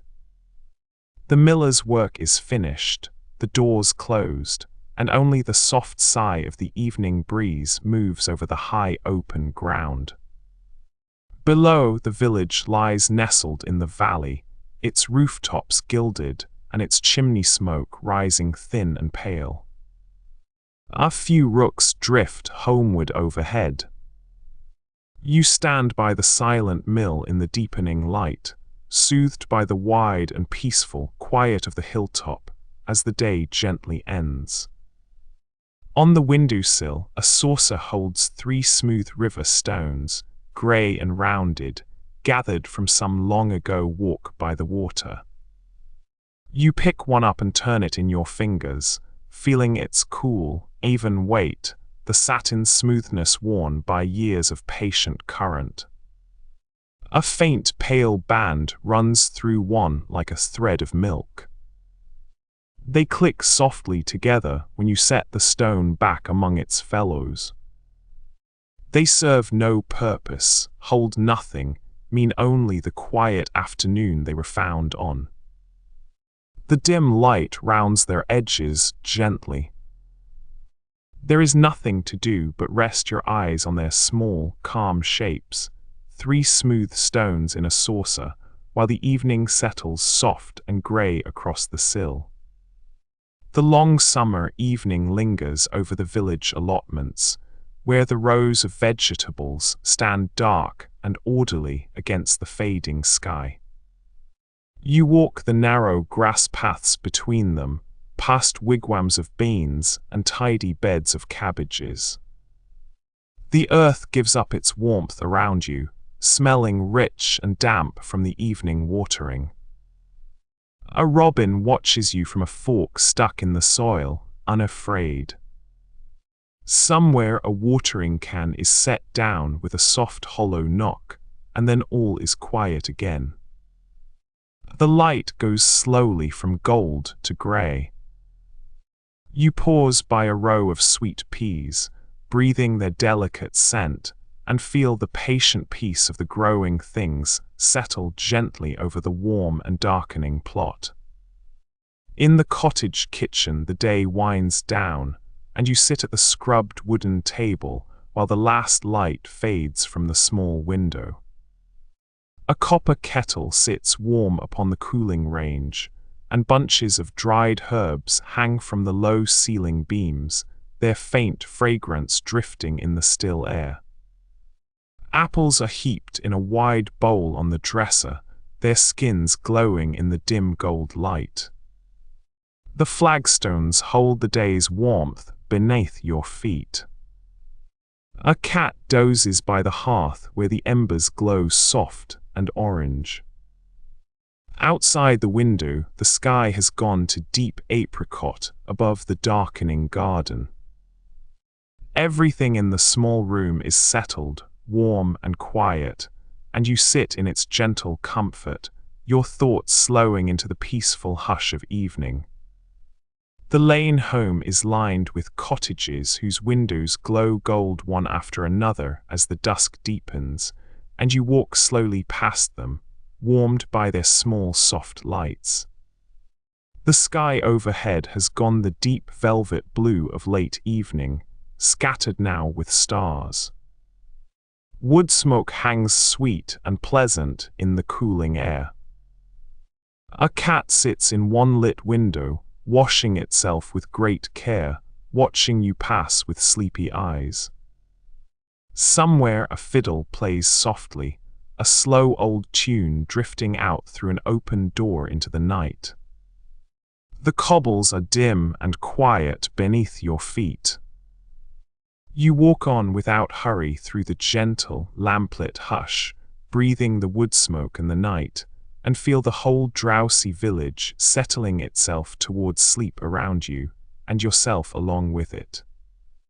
Beyond the last cottage, the fields lie still beneath the darkening sky. The hay is in, the animals are settled in the barns, and a soft mist is beginning to gather in the low places by the stream. An owl calls once far off, and then all is quiet. The whole village seems to breathe out slowly and lean into the evening and let the long day go. The village shop has closed its door and drawn its blind, and you pass it slowly in the dimming light. Through the gap below the blind, a thin warm glow still shows, where the shopkeeper counts the day away by candlelight. The street is empty now, the cobbles cool beneath your feet, and the painted sign above the door has faded into shadow. A scent of paraffin and dried herbs hangs faintly in the still air. Somewhere a window is drawn shut with a soft wooden thud. You stroll on past the quiet shop fronts, in no hurry to be anywhere, while the blue hour gathers thick between the houses and the first owl calls softly from the churchyard yew. Through the still evening air, the soft thud and swish of a broom on a stone step drifts up the lane from a doorway you cannot see. Someone is sweeping in the unhurried way of the village, the bristles whispering across the worn stone, a small pause, then the gentle sweep again. It is a homely, patient sound, the sound of a day being tidied to its close. You stand in the cooling lane and let it reach you, the rhythmic brush and hush, repeating without effort. Soon it grows fainter, slower, then stops, and the quiet that follows feels swept clean and ready for rest, and your breathing slows into it. The lane to the church runs between two rows of limes, and the blue hour has settled thick and soft beneath their arching boughs.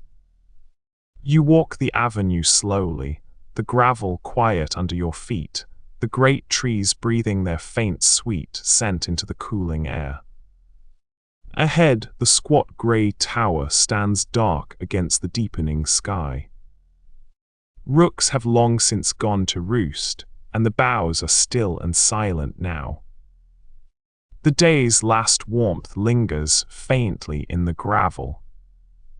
You move beneath the limes without hurry, your thoughts as quiet as the avenue, while the dusk gathers deep between the trunks and the first faint stars appear above the tower in the velvet dark.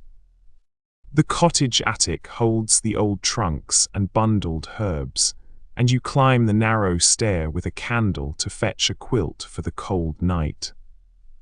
The small round window is thick with frost, and the deep freeze has crept into the unheated space, but the air is dry and still, and smells of lavender and cedar. The snow rests in a soft ridge along the windowsill outside. By the candle's small glow you find the quilt folded in its trunk, heavy and warm, and you gather it into your arms. The roof slopes close above, and beyond it the snow falls silent on the thatch. You pause a moment in the quiet, the candle steady, the deep winter hushed all around, and feel the gentle calm of the sleeping house. Beneath the heavy eaves of the cottage, sparrows have tucked themselves into the thatch against the cold, small and round and silent. You stand below in the snow and look up at the steep roof, white and smooth and softly luminous in the night.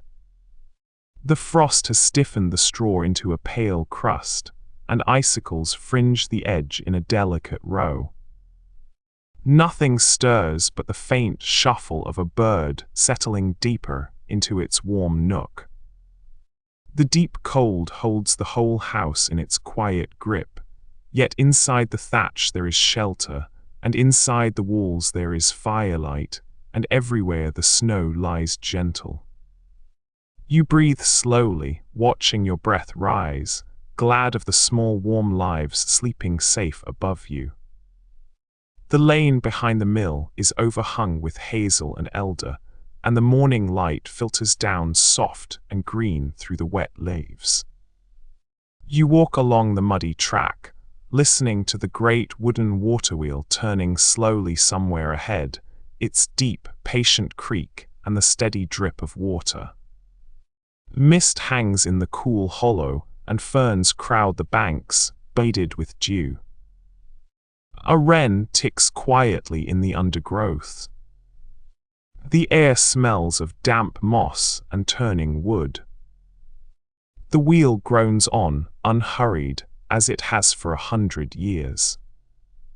You stand a moment at the edge of the mill pond, watching the slow water and the slow wheel, and feel your own thoughts settling into the same calm, easy rhythm.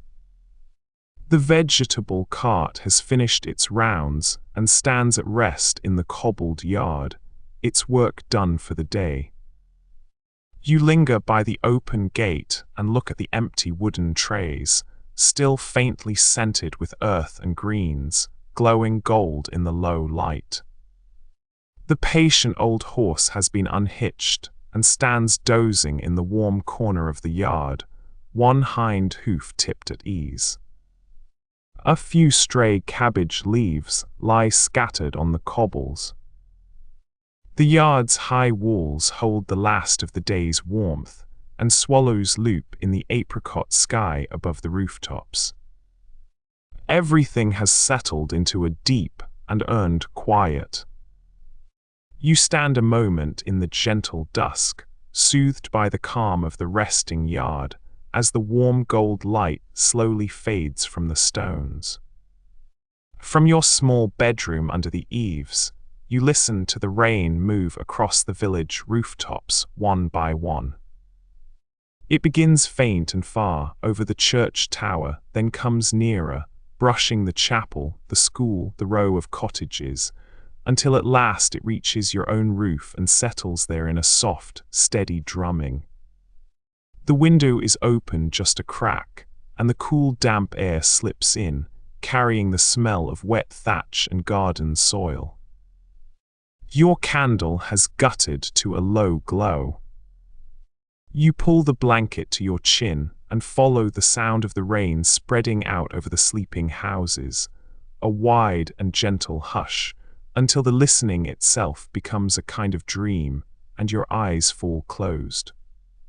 In the hedgerow along the lane, the leaves stir in a low night breeze with a soft, continuous rustle that never quite stops. It is a dry, papery whisper, thousands of small leaves brushing against one another, rising when the wind lifts and falling to almost nothing when it drops. You walk slowly beside the hedge and let the sound travel along with you, the gentle shushing moving down the row like a quiet wave. There is nothing sudden in it, only this endless soft conversation of leaves and air in the dark. It is the sound the countryside makes when it is settling for the night, and it eases you toward the same soft quiet. From the highest field on the hillside, you look down at the whole valley spread beneath the stars, the village a small dark gathering of rooftops far below. The grass here is cropped short and soft, cool with the gathering dew, and you sit upon it easily, your arms loose around your knees. Above and all around, the sky is crowded with stars, a vast soft dome of them, so clear that the faint dusty band of light across the middle shows plainly. No sound rises from the sleeping village, the night is utterly still. The cool air smells of grass and distance. You sit and watch, your thoughts slowing to nothing in particular, your breathing deep and calm. There is a great gentle peace in looking down at the quiet world and up at the shining sky, and you rest in it fully.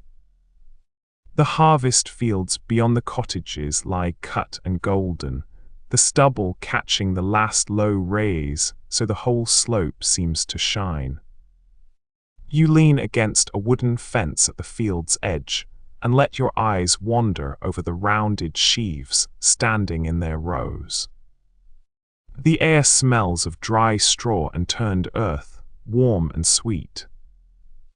A scarecrow tilts companionably in the middle distance, its sleeves stirring only when the softest breeze passes.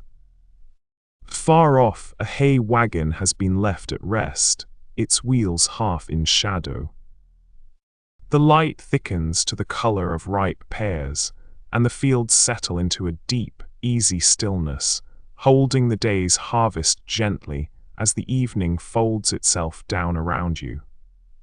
Within the small village chapel, the candles have been snuffed for the night, and the air holds the faint, sweet trace of beeswax and old wood. You sit in a back pew near the window, where the pale light of the snow comes softly through the plain glass. Outside, the flakes fall slow and steady over the churchyard and the lane, and the silence inside is deep and gentle, broken only by the occasional settling creak of the old timbers. You rest your hands in your lap and breathe slowly, feeling the cool stillness of the place settle around you. There is no service tonight, no one else here, only the quiet snow and the dim familiar space, and you sit a while in the calm before walking softly home through the white. In the warm gloom of the cottage parlor, you sit in a deep old chair by the unlit fireplace as the night comes on. The room smells of beeswax and dried lavender, and the faint sweetness of the summer air drifting through the open door. A long case clock ticks slowly in the corner, the only sound. Through the small window, the last grey light is fading from the lane. The chair holds the day's warmth, and you sink into it gladly. Outside, the crickets begin their evening song. A picture on the wall catches a last gleam of light and then goes dim. You let your hands rest, let your eyes half close, and let the slow tick of the clock measure out the gentle ending of the day. A barn owl has finished its slow circling of the meadow and now rests on a fence post at the field's edge, content and unhurried. Its pale heart-shaped face is turned toward the cooling grass, and its wings are folded close, smooth as poured cream in the failing light. It is not hunting now, it simply sits, blinking slowly, letting the night arrive around it. The crickets have softened to a low, even hum. Somewhere a hinge creaks once and falls silent. You can imagine the owl's quiet weight on the old grey wood, the calm patience of a creature wholly at home in the dark, watching the stars come out one by one over the still fields. Picture a low cottage room lit by the last embers in the hearth, where the deep stillness has filled every corner.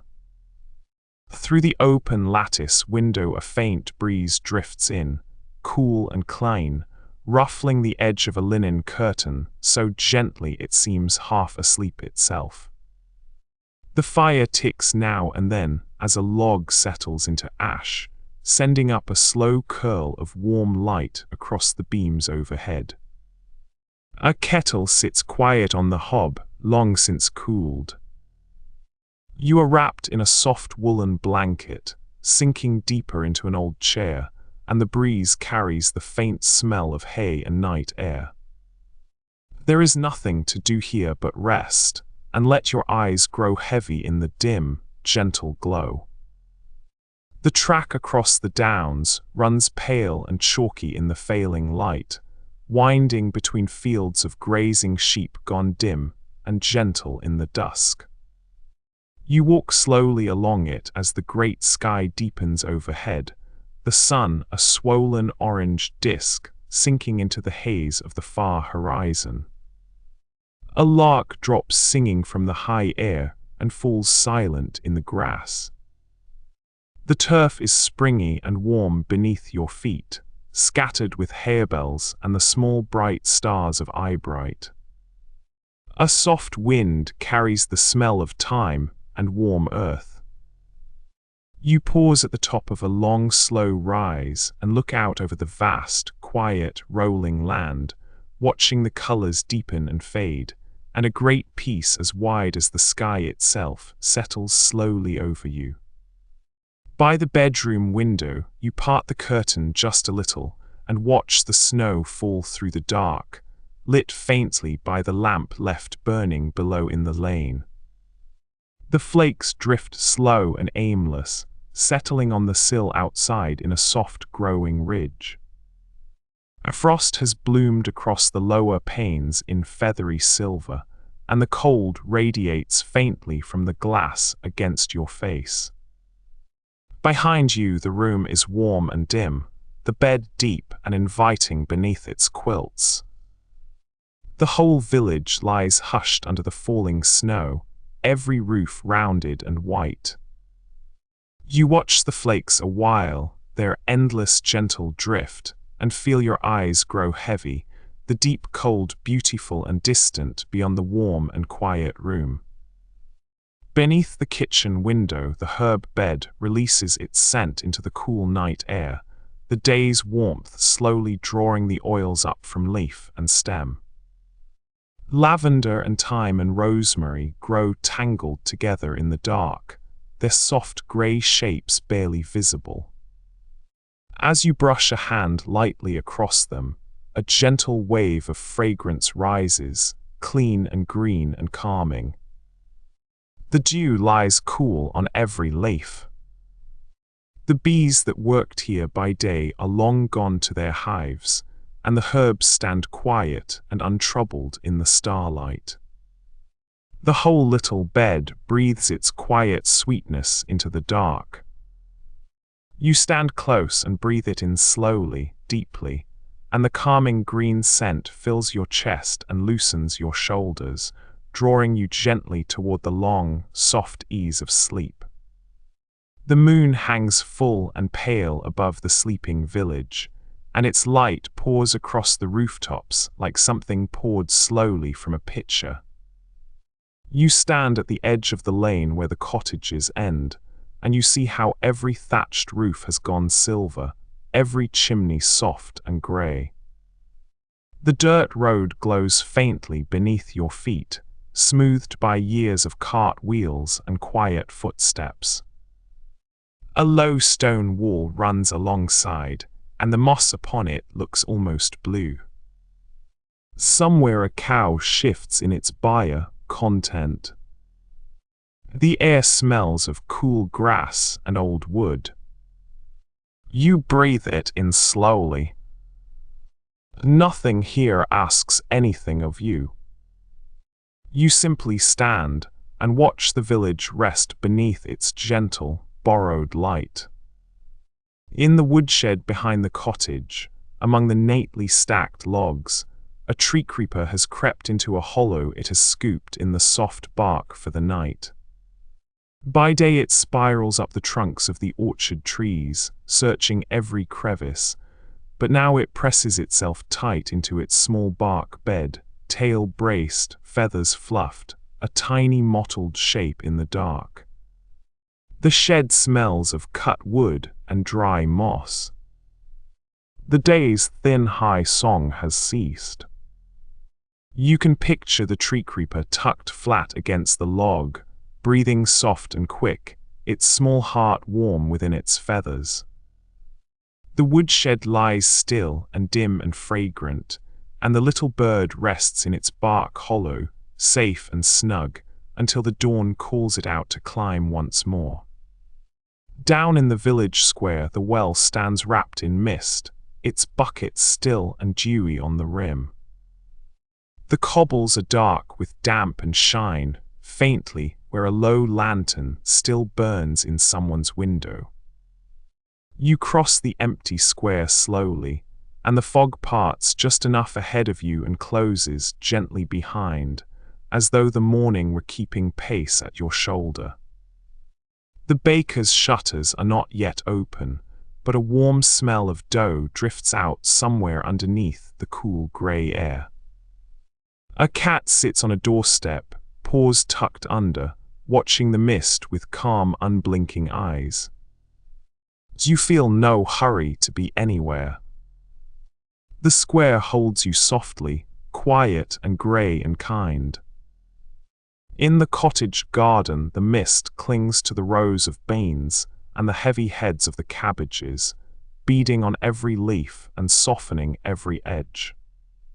The little wicket gate stands open, dark with damp, and the brick path is slick and shining where the dew has gathered. You walk between the beds slowly, and a fat snail crosses the path ahead, unhurried, leaving a faint silver trail. The scent of wet earth and rosemary rises around your ankles. A robin perches on the handle of a fork left in the soil, fluffed against the cool, watching you with calm dark eyes. Everything is hushed and grey and green. There is nothing here that needs doing, and so you simply stand, breathing the gentle morning while the fog drifts soft among the rows. On the cottage windowsill, a row of small clay pots holds geraniums and a sprig of thyme, all beaded with the night's dew. You stand at the open window in the soft grey light, looking out over the sleeping village rooftops. The air that drifts in is cool and clean, carrying the faint scent of damp earth and wood smoke. A cat sits on the wall below, perfectly still, watching the empty lane. The sky is a pale, even grey, with no sharp edges anywhere. You rest your elbows on the worn wooden sill and simply breathe, letting the quiet of the early village fill you. There is nothing you must do for a long while yet, and you are content to watch the morning gently brighten. Down by the frozen mill pond, the water has gone still and dark beneath a thin skin of ice, and the snow gathers along the edges of the old wooden wheel. The mill itself sleeps, its great stones at rest, its windows dark. You stand on the little footbridge, and rest your hands on the snow-topped rail. Reeds at the pond's margin wear soft white caps, bowing slightly under the weight. A single duck has tucked its head beneath a wing somewhere among them, perfectly content. The falling snow makes the smallest sound against the dry reeds, almost like a whisper. You linger, watching the flakes settle on the dark water and vanish, one after another, slow and endless and calm. A row of clay flower pots stands empty on the low windowsill, their rims chipped, their sides streaked with the pale ghosts of old soil. You lift one and feel its rough, cool weight, the gritty texture of the unglazed clay beneath your fingers, the smooth worn lip where many hands have carried it. A few grains of dry earth rattle softly in the bottom. The pots are stacked and laning, terracotta gone soft pink and grey, waiting patiently for spring planting. There is nothing to pot tonight, no seedling to tuck into soil. The pots simply rest in their quiet row, holding their emptiness and their faint earthy smell, while the dim light fades from the sill and the small room sinks into evening stillness. Imagine standing in the dim village square long after the day's work has ended, when the deep stillness has claimed the cobbles and the shuttered shop fronts alike. A faint breeze slips between the buildings, cool against your cheeks, carrying the lingering smell of bread from the baker's cold ovens. The old well at the center is silent, its bucket resting still on the rim. Above the rooftops the sky has turned to deep velvet blue, and a thin moon hangs there, calm and pale. Somewhere a shutter taps once, softly, then holds. Your footsteps would echo if you took them, so you simply stand, letting the quiet square hold you, letting the gentle wind move through and the night grow softer all around. The mill stands quiet now beside the slow brown stream, its great wheel stilled for the night. You lean on the little footbridge and watch the water slide past beneath you, dark and smooth and unhurried, carrying small reflections of the fading sky. Reeds whisper softly at the bank, swaying in a breath of evening wind. The air smells of damp grass and cool stone, and the faint sweetness of meadowsweet. Far off, a single light shows in the miller's window, steady and warm. You feel the gentle hush of the place settle into you, the long day folding itself away, and you stand there a while longer, watching the blue water carry the last of the daylight quietly downstream. From the warmth of the kitchen, you watch through the steamed window as the snow falls over the small back garden, settling on the bare fruit trees and the low stone wall. A wreath of dried herbs hangs by the door, and the last of the day's warmth lingers about the cooling stove. You wipe a clear patch on the misted glass and lean close, watching the flakes drift down in the soft glow of the lamp that hangs above the door. The garden lies still and white, the clothesline empty, the wooden bench beneath the window rounded with snow.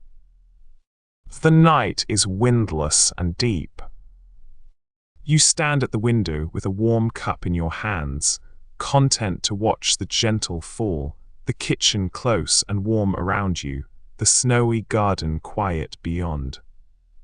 Along the riverbank, the willows trail their leaves into the slow grey water, and the mist sits on the surface so thickly that the far trees are only soft suggestions. A heron stands in the shallows, perfectly still, a faint pale shape that might be a wisp of fog itself. You walk the soft turf path, your steps quiet on the damp ground, and the river slides by without a sound. Reeds lean and sway a little, though there is no wind you can feel. Everything is muted and gentle, washed in shades of silver and dove. The day has not yet found its voice. You let your breath slow to match the rivers, unhurried and smooth, and the calm of the water seems to move into you. In the village bakery, the day's work is long done, and the last warmth of the ovens still lingers in the small lamplit room. You stand at the half-open door and breathe in the deep comfort of flour and warm bread that has soaked into the very stones. Empty wooden trays lean against the wall, dusted pale, and a single loaf cools on the sill, its crust burnished gold by the last of the light. The baker's apron hangs on its hook by the cold hearth. Outside, the lane has gone dim and blue, while the bakery window still glows softly amber. The hush is gentle and full, scented with the goodness of the day's baking, and you feel a deep, easy contentment settle quietly over you. Far across the night fields, a dog barks once, then twice, then settles, and the slow sound rolls over the dark land and fades into quiet. It is not a frightened bark, but the easy, occasional voice of a farm dog keeping its loose watch, low and unhurried. You lie in the dim room and hear it carry over the hedgerows, soft with distance, then the long silence returning, deeper for the sound that filled it. After a while the dog speaks again, farther off now, and then is still. There is comfort in that distant, patient voice in the dark, a sense of the village resting under a gentle guard, and your thoughts grow calm and slow. The footbridge over the stream is slick with dew, its wooden planks dark and cool beneath your feet. You stop in the middle and lean on the worn railing, looking down at the clear water sliding endlessly over smooth brown stones. Mist drifts low along the banks, catching in the willow branches that trail their leaves in the current. The sound of the water is soft and unbroken, a gentle murmur that asks nothing of you. A small fish hangs in the shallows, barely moving. The morning light is pale and grey, and the air smells of cold water and green leaves. You stay there, breathing slowly, watching the stream flow patiently on beneath you, letting its quiet, endless motion smooth away every restless thought. Down the lane, the village pump stands beneath an old elm, its iron handle worn smooth, and its stone trough brimming with still water that mirrors the golden sky. You pause beside it in the quiet evening, resting your hand on the cool metal. A few yellow elm leaves float upon the water, turning slowly.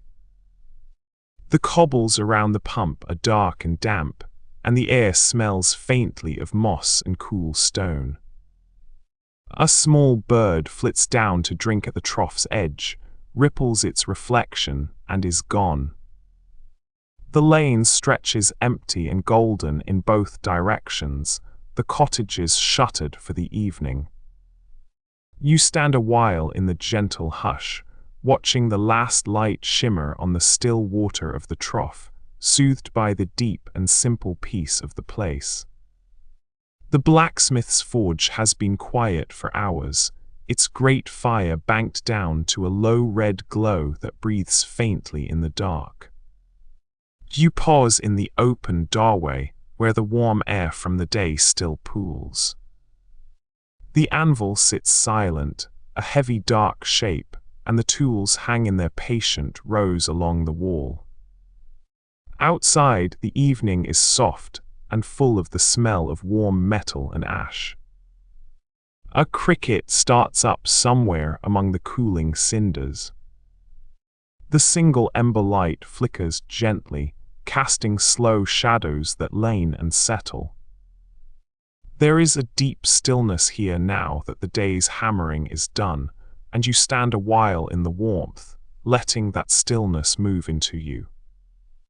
Beneath the arch of the old stone bridge, where the village stream runs slow and clear, a grey wagtail has tucked itself onto a ledge for the night. The water passes below in a gentle, ceaseless murmur, and the bird sits sheltered from the air, its long tail folded, its soft grey and yellow feathers dimmed to shadow. The day's bobbing and flitting is done. Damp moss cushions the old stones, and a single drop falls now and then from the arch into the stream. You can imagine the little wagtail settled deep on its ledge, lulled by the running water, eyes closed, breathing slow. The bridge stands patient above the stream, and the bird rests within its arch, safe and quiet through the dark. A single lantern burns low in the cottage window, its flame steady behind the glass, while the rain falls in long, soft threads beyond. You sit by the sill with a cup of warm milk cooling in your hands, watching the droplets gather and slide.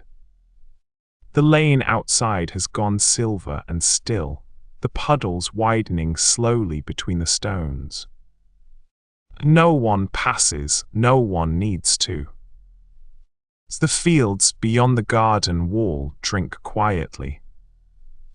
You can hear the rain on the leaves of the old pear tree, on the water barrel, on the slates of the byre. Each sound is gentle and certain. You set the cup aside, laying your head against the cool frame, and let the evening soften around you. In the small back room, you sit beneath a heavy quilt while the candle gutters low on the sill. The window has frosted over from the cold, ferns of ice spreading their delicate patterns across the glass. You trace one with a fingertip and feel the chill against your skin before drawing your hand back under the warm cloth. The cottage is silent, but for the soft settling of timbers as the night deepens and the frost tightens its hold outside.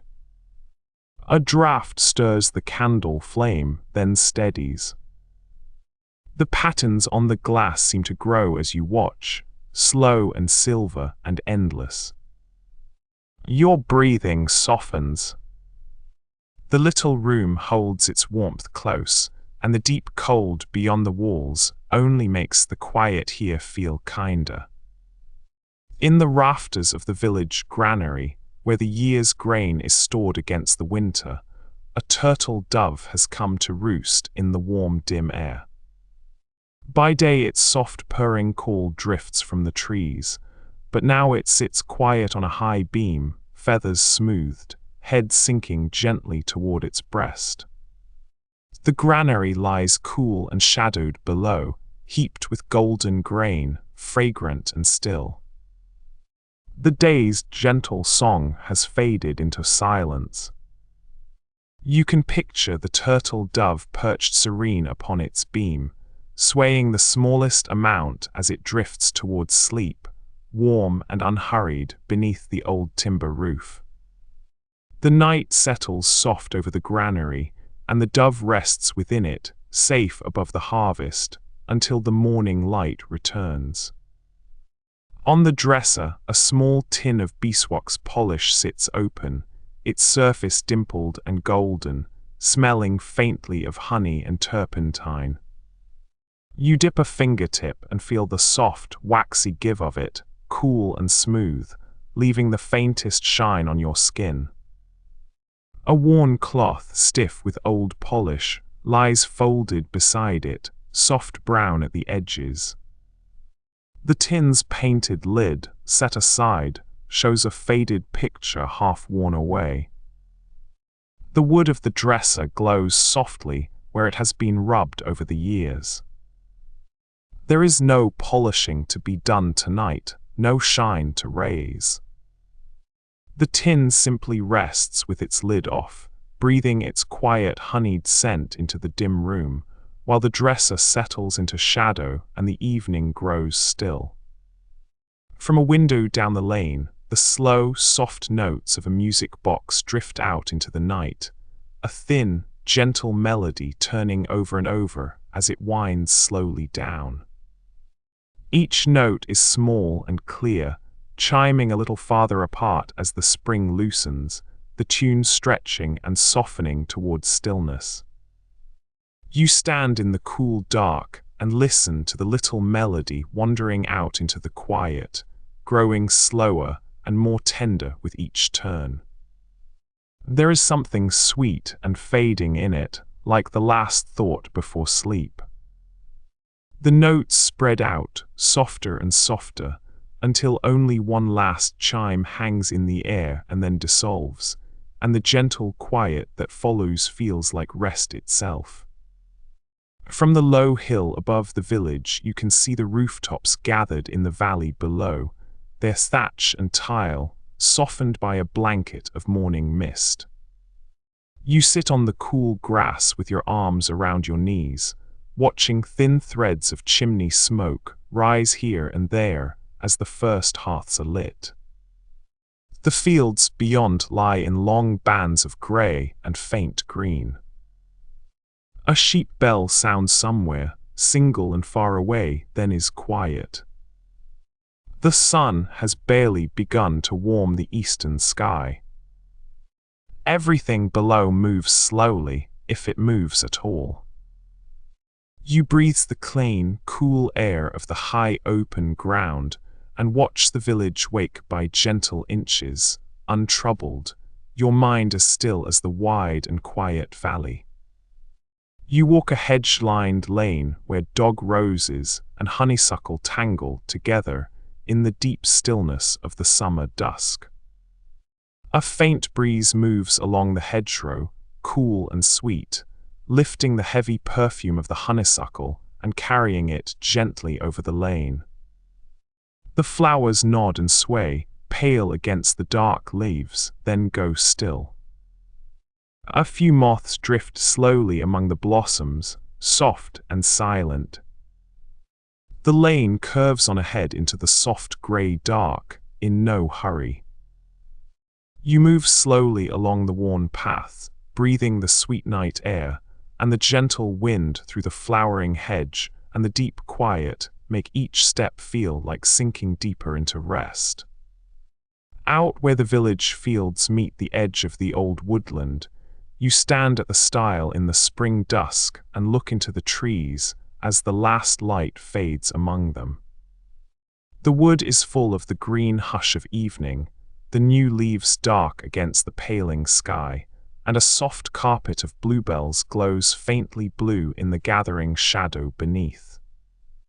A tawny owl calls once, low and round, from somewhere deep within.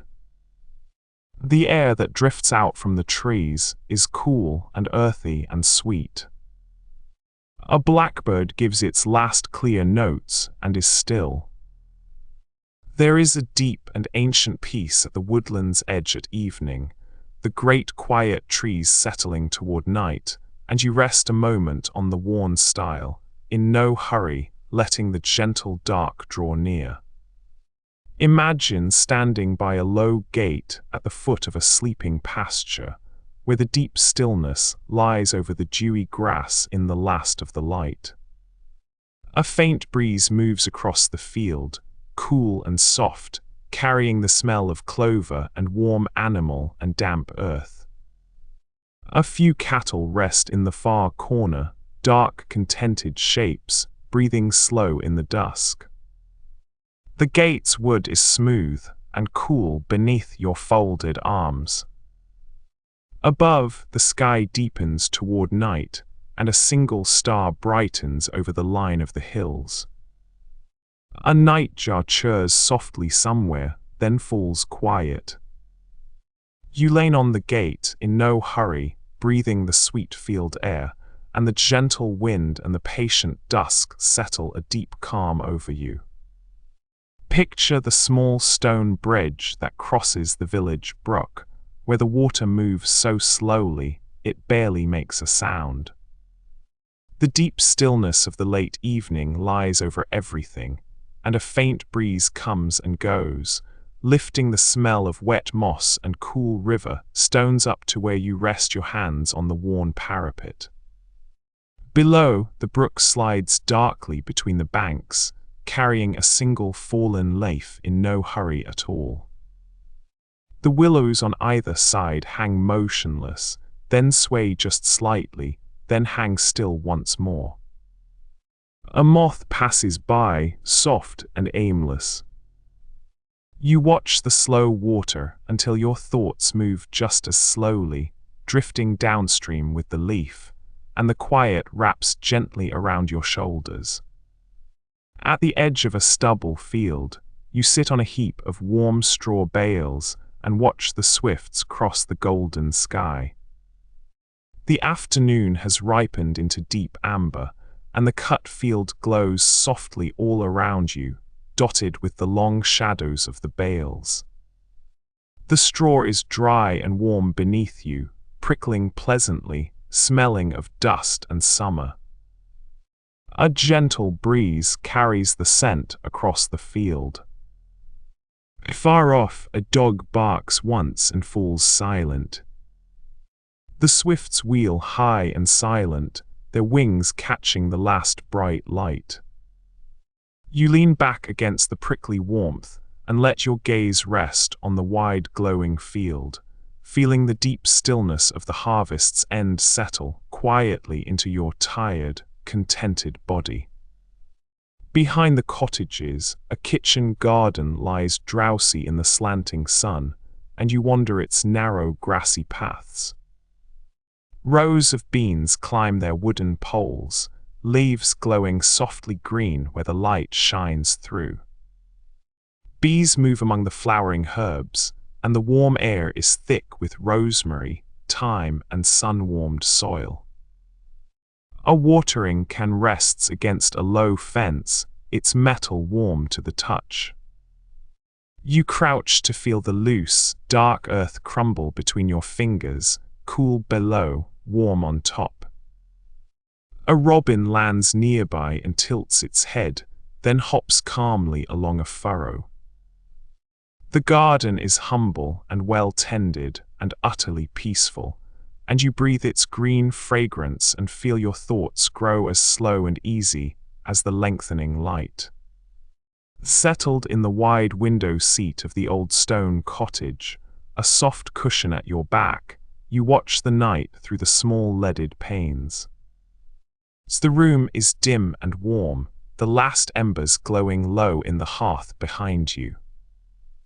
Outside, the village rooftops sit black and quiet against a sky crowded with stars. You can see the faint shapes of the chimneys, the dark mass of the great oak on the green, and above them all that soft, endless glittering. Your eyes move slowly across it, unhurried, half dreaming. A gentle draught carries the cool scent of the night through the slightly open casement. You draw the blanket closer and let your gaze soften, the stars blurring kindly, and a deep, comfortable drowsiness rises in you, easy as the slow fading of the fire. The smithy's well stands in a corner of the yard, its bucket resting on the mossy stone rim, and you draw up a draught of cool water as the last light fades from the sky. The water is sweet and cold, and the warmth of the day still lingers in the stones around you. The chickens have gone to roost, and the yard is quiet but for the soft dripping of the bucket. The sky above the barn roof is the deep violet of full dusk now, and a single bright star hangs over the gable. A horse stamps once, gently, in the stable. The smell of hay and cool earth fills the air. You sit on the well's edge and rest, in no hurry to go in, while the evening settles soft and complete around the old yard. Within the warm kitchen, a pot of broth has long since been ladled out, and the bowls washed and set to dry, and now you sit at the scrubbed wooden table with a cup of something warm between your hands. The window above the basin frames the falling snow, lit faintly by the lamp's soft glow. The stove still holds a low, gentle heat, and the room smells of herbs and clean linen. Outside, the flakes drift down in the dark, settling on the windowsill and the garden beyond. You sip slowly and watch them fall, your shoulders loosening, the day's small worries dissolving like the snow that melts against the warm glass. There is nothing more to do tonight but sit in the cozy quiet and let the calm of the snow seep in. In the walled garden behind the manor house, the gravel paths wind quiet and pale between beds of stocks and wallflowers, their evening scent rising rich and heavy in the cooling air. You walk slowly along them as the spring dusk deepens, trailing a hand over the cool, lichened top of the old brick wall. A blackbird turns the leaves beneath a rose bush, unhurried in its search. The fountain at the garden's heart has been stilled for the night, its basin holding a dark mirror of the fading sky. Climbing roses, not yet in flower, soften every wall with their fresh green. There is a tended, drowsy peace in this enclosed and fragrant place, where the day loosens its hold, and the soft grey twilight comes drifting in over the high old walls. In the old village, evening settles soft over the thatched eaves, and a pair of swallows tucks deep into the cool shadow of a barn beam. You can imagine them there, breast feathers smoothed against the warm wood, small heads turned beneath one folded wing. The day's long looping flights are done, and now there is only the slow rise and fall of their breathing. Below them, hay holds the warmth of afternoon, releasing it gently into the dim. A moth drifts past the doorway and away. The swallows do not stir. They have found their place for the night, high and safe and still, and the whole barn seems to breathe along with them. Up in the rafters of the barn, swallows settle for the night with the faintest rustle of feathers and the smallest sleepy chirps. The sounds are tiny, barely there, a soft shifting of small bodies finding their place in the straw and shadow. Now and then one gives a low, contented twitter, and then falls silent again. You stand in the wide doorway with the smell of hay around you, and listen to the little birds quieting overhead, the rustle growing softer, the chirps farther apart. It is the sound of a day being put away gently, and as the swallows still themselves in the dark eaves, your own breathing grows hushed and slow to match them. Beside the duck pond, the rushes stand still and dark, and the water lies like a sheet of dim silver beneath the fading sky. You sit upon the grassy bank and watch the ducks paddle slowly toward the reeds, settling themselves for the night with soft and drowsy murmurs. The cool air smells of mud and green and cool, clear water. A frog gives one low note and then thinks better of it. Ripples spread in slow circles and smooth themselves away. The first faint star trembles in the pond's still face. You rest your chin upon your knees and let your thoughts grow as quiet as the water, while the blue deepens softly and the small birds tuck themselves to sleep. Imagine you are resting in a small upstairs room beneath a sloping thatched roof, where the deep stillness of the village night fills the dark space around your bed. A faint breeze comes through the half-open window, cool and clean off the fields, and it stirs the curtain into the gentlest sway. Outside, the night holds nothing but soft sounds, the distant call of a single owl, the rustle of a hedge, then quiet again. Your pillow is cool and your blanket warm, and the slope of the ceiling above feels close and safe, like a hand held over you. The breeze drifts across your forehead, light as a feather. You feel your thoughts loosen, drifting out the window into the wide, calm dark. You sit alone on the worn stone step of the old farmhouse, and the evening settles around you like a soft grey shawl. The lane beyond the gate is empty now, the day's small errands all finished, and there is nothing left to do but breathe. A single lamp glows yellow in the window behind you, and its warmth touches the back of your neck. You think of the quiet years that passed in this place, how they folded one into another like clean linen. The air smells faintly of wood smoke and turned earth. Somewhere a hen settles on her roost with a small contented murmur. You let your shoulders ease, and the stillness feels not lonely but kind, a gentle company all its own. You walk the moonlit lane home from the far field, the white road unspooling soft and pale before you between the dark hedges. The village waits ahead, its rooftops silvered by the moon, a single window still glowing yellow in the dark. The night air is cool and clean, carrying the smell of dew and distant hay. You go slowly, in no hurry, listening to the small sounds of the sleeping countryside. You remember walking this lane home on countless nights like this one, weary and content, the same friendly moon overhead. As the memory warms you gently, an owl drifts silent across the road and is gone. The lane curves gently toward the village, and you walk on through the soft silver light, your mind quiet and your steps easy. The lane to the church passes beneath an avenue of limes, and you walk it in the warm dusk through their heavy honey scent.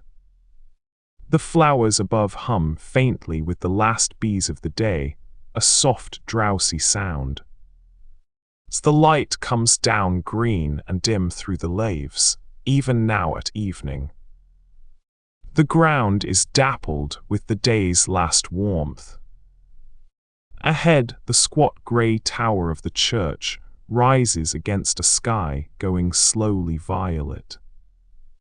A wood pigeon coos its low 5 notes from somewhere high in the limes, then settles. You move slowly through the sweet-smelling shade, feeling the warm, still air on your face, and let the long avenue lead you gently toward the quiet of the night. Down in the reed bed at the edge of the village mere, a reed warbler has woven itself into the swaying stems to rest. It clings to a single tall reed, body upright, feathers softened, its small striped head drawn down toward its breast. The water around it is black and still, and the reeds stand close, whispering only the faintest sigh as the last air dies. The day's bubbling song is over. You can imagine the little warbler swaying gently with its reed, lulled by the calm of the water, eyes closing slowly. The mere lies broad and silver under the first stars, fringed all around with sleeping reeds, and the warbler rests among them, hidden and serene, through the soft depth of the night. The blacksmith's forge has cooled at last, and the heavy doors are shut against the night, but a little warmth still seeps from the old stone walls. Snow gathers on the anvil left out beneath the wide eave, and on the iron hooks where tools hang in tidy rows. You stand just inside the open shed, sheltered, watching the flakes drift down across the dark yard. The smell of cold iron and ash is faint and not unpleasant. Beyond the yard, the lane curves away between sleeping houses, growing whiter by the minute. There is something restful in the stillness of the idle forge, the great hearth dark, the bellows quiet, the snow falling soft and steady over everything that worked so hard all day. At the heart of the village stands the old bakery, and even now, at the end of the day, the warm smell of bread still lingers in the air. The baker has worked since long before dawn, and now the ovens are cooling and the last loaves sit on their wooden racks. Tomorrow it will all begin again before the light. But for now the work is done and the little shop is quiet. The village schoolhouse stands quiet now that lessons are long done, its small windows catching the last warm gold of the day. You walk past the low stone building and pause by the empty yard, where a worn wooden bench sits beneath a spreading sycamore just beginning to turn.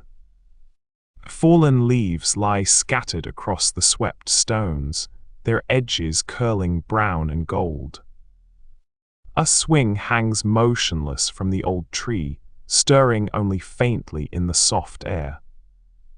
The schoolhouse door is closed, the chalk dust settled, the day's small voices gone home to supper. Light glows amber on the weathered sill. Everything here rests in a tender, peaceful hush, and you linger a moment in the gentle stillness before walking slowly on into the deepening, honey-colored evening. The narrow stream that runs along the edge of the village murmurs to itself through the deepest hours, low and tireless. Its water slides over smooth stones, catching threads of starlight and letting them go. Along the bank the reeds stand dark and still, and the willow leans far out, trailing its long leaves just above the surface. The air here is cooler, river fresh, smelling faintly of wet stone and green growth. A small fish turns somewhere unseen, leaving a single soft ring that widens and fades. No frogs call now, even they have gone quiet. You sit on the worn grass and let the sound of moving water fill your ears, soft and endless, the kind of gentle voice that asks for nothing and slowly loosens every thought you hold. In the orchard the apple trees stand still and grey, their branches heavy with dew that drips now and then to the soft grass below. You wander beneath them as the dawn comes slowly on, your footsteps silent on the dewy ground.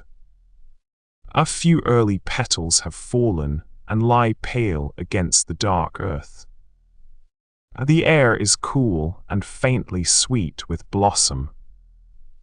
High in one tree a blackbird begins a single, low, unhurried note, then falls quiet again, as if it too is not yet ready to greet the day. The light deepens by slow degrees, gilding the topmost leaves. You stand among the quiet trees, breathing the gentle morning, content simply to be still. The lane that leads up to the moor passes the last cottage and climbs into thicker fog, where the heather is just beginning and the bracken stands dark and wet. You go slowly, and the mist hides the slope above so that you seem to walk into pure, soft grey with each step. A sheep coughs gently somewhere in the murk, then is quiet. Tiny droplets cling to the wool caught on the wire and to the fine hairs along the bracken fronds, each one a small dim pearl. The air is cool and clean and tastes faintly of peat. There is no view to reach, no top to gain, there is only the gentle white world close around you. You breathe it in deep and slow, and feel the climb become a kind of drifting, soft and unhurried. Imagine you are sitting on a worn wooden bench against the warm wall of a village cottage as night comes on. The deep stillness is broken only by the faint breeze that wanders through the kitchen garden, carrying the scent of thyme and turned soil. Above you, the first faint stars appear one by one over the dark hedgerow, and the warmth held in the old stone seeps gently into your back. A cat moves somewhere along the low wall, unhurried, then settles into a soft shape and is gone from sight. The breeze touches the bean rows and they nod, then fall quiet. You rest your hands in your lap, feeling the day let go of you slowly, like a tide going out. The cobbled square fills slowly with soft grey light as the dawn arrives over the village. You walk its smooth-worn stones, each one cool and slightly damp beneath your feet, polished by generations of quiet footsteps. The shop fronts stand shuttered and still, their painted signs dim in the half-light. A flock of pigeons sleeps along the eaves of the old market hall, plump grey shapes hunched against the cool. The fountain at the center is silent, its basin holding a still dark pool. Above the rooftops, the sky warms gently from slate to soft rose. You stand alone in the empty square, breathing the cool morning and feel the deep, peaceful hush of a place not yet awake. In the lane behind the cottages, the wash still hangs from a line strung between two posts, the sheets gone grey and ghostly in the dimming light. You take them down one by one, the linen cool and faintly damp, and fold them slowly against your chest, breathing the clean smell of sun and air. The evening gathers quietly around you, soft and blue, and a single moth bumbles past toward a lighted pane. From an open door comes the low murmur of a household settling. The work is gentle and asks little of you. You carry the folded linen inside through the deepening dusk, and the lane behind you slips away into shadow, hushed and waiting for the patient night. Beside the slow river at the village edge, you lie back in the soft grass and watch the sky go from rose to deep blue above the willows. The water moves quietly past, hardly more than a whisper, carrying the cool smell of reeds and mud. You have come here alone, as you have so many evenings, to let the day fall away. A frog begins its low chorus somewhere among the rushes, easy and unhurried. You remember summers of your childhood spent on this very bank, the same willows trailing their leaves, the same patient water. The memory warms you without any sting. One by one, the stars come out and lay their faint light on the river, and you feel yourself growing wonderfully drowsy and calm. On the table, a candle stub sits in a saucer of soft white wax, its wick blackened and bent, the flame long since out. You touch the cool, hardened drips that have run down its side and pooled into smooth little ridges, fascinating beneath your fingertip. A faint thread of grey smoke seems still to linger, and the air holds the soft, waxy smell of a flame recently gone. The saucer is rimmed with a thin gold line, half worn away. The stub leans slightly, tired, in its small puddle of wax. There is no need to relight it. The dark is gentle tonight and asks for nothing. The candle simply rests in its saucer, keeping its quiet, while shadows soften and spread across the still room. You have come to the low wooden bridge over the mill stream, where the water slides dark and unhurried beneath you. Leaning on the smooth rail, you watch it go, carrying small laves and the reflected glimmer of the early stars. The mill itself is quiet now, its wheels still, its windows dim. You remember the warm, dusty smell of flour that once filled these evenings, and the steady turning that was the heartbeat of the place. Now there is only the soft talk of the water over stones. A moth drifts past, pale in the half-light. You feel no need to move on, no errand pulling you. The stream's gentle voice fills the silence, and your thoughts loosen and float away on it, easy and light. In the low byre, the cattle shift and breathe in the warm dark, and their slow sounds are deeply restful to hear. There is the soft thud of a hoof in straw, the long sigh of a heavy breath, the gentle grinding as one of them chews in no hurry at all. Now and then a low, contented rumble passes through the herd, and then settles. You stand quietly by the worn wooden post and listen to these patient animals at ease, the rustle of bedding, the slow rhythm of their breathing in the dim. It is a sound as old and steadying as the earth itself, and it slows your own breath into something soft and deep. On the wooden footbridge over the brook you stand quite still, listening to the small voice of the water beneath your feet. The brook runs clear and shallow here, chattering softly over stones, and along its banks the willows trail their leaves into the dark. Overhead the sky is open and brimming, stars scattered thick above the narrow valley, their faint light caught here and there on the moving water. The night smells of cool earth and green leaves. You breathe it in slowly, feeling the day's weight loosen from your shoulders. No one passes, the village sleeps beyond the trees. You watch the stars and listen to the brook, and the two together seem to slow your thoughts to a gentle drift, easy and unhurried, until you feel wonderfully calm and ready for rest. From the kitchen doorway you look out over the small farmyard, where the morning mist still lingers between the barn and the hen house. The hens have not yet been let out, and the yard is quiet and grey, its puddles smooth and still.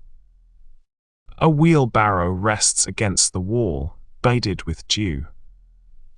The old dog lies in the open barn doorway, his chin on his paws, watching with half-closed eyes.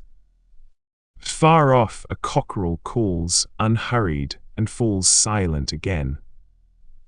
The air is cool and smells of straw and earth and wood smoke.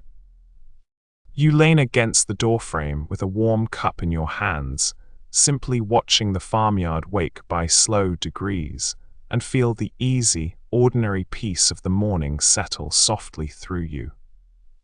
In the dim back room of the village bakery, the ovens have cooled, and the rain ticks softly on the high small window. You sit among the empty trays and the lingering smell of warm crust, listening to the night. Flour has settled like fine snow on every ledge and beam. Outside, the rain falls steady on the yard and gurgles down a wooden spout into a barrel below, a sound so gentle and regular it could lull a whole street to sleep.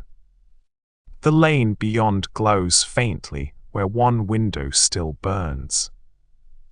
There will be more bread at dawn, but for now there is only quiet and the smell of grain and the soft persistence of the rain. You feel your breathing slow, deep and easy in the warm and flowery dark. The lane curves past the dark smithy and the shuttered shop and comes at last to the edge of the village, where the cottage is thin and the open country begins. Here a low stone stile invites you to rest, its steps worn smooth by generations of passing feet. Beyond it the fields lie dark and gently rolling beneath the stars, fading into the soft black of distant woods. The air is cooler here, cleaner, smelling of grass and open earth. Behind you the village sleeps, before you the quiet land waits. The night is deep and windless and entirely calm.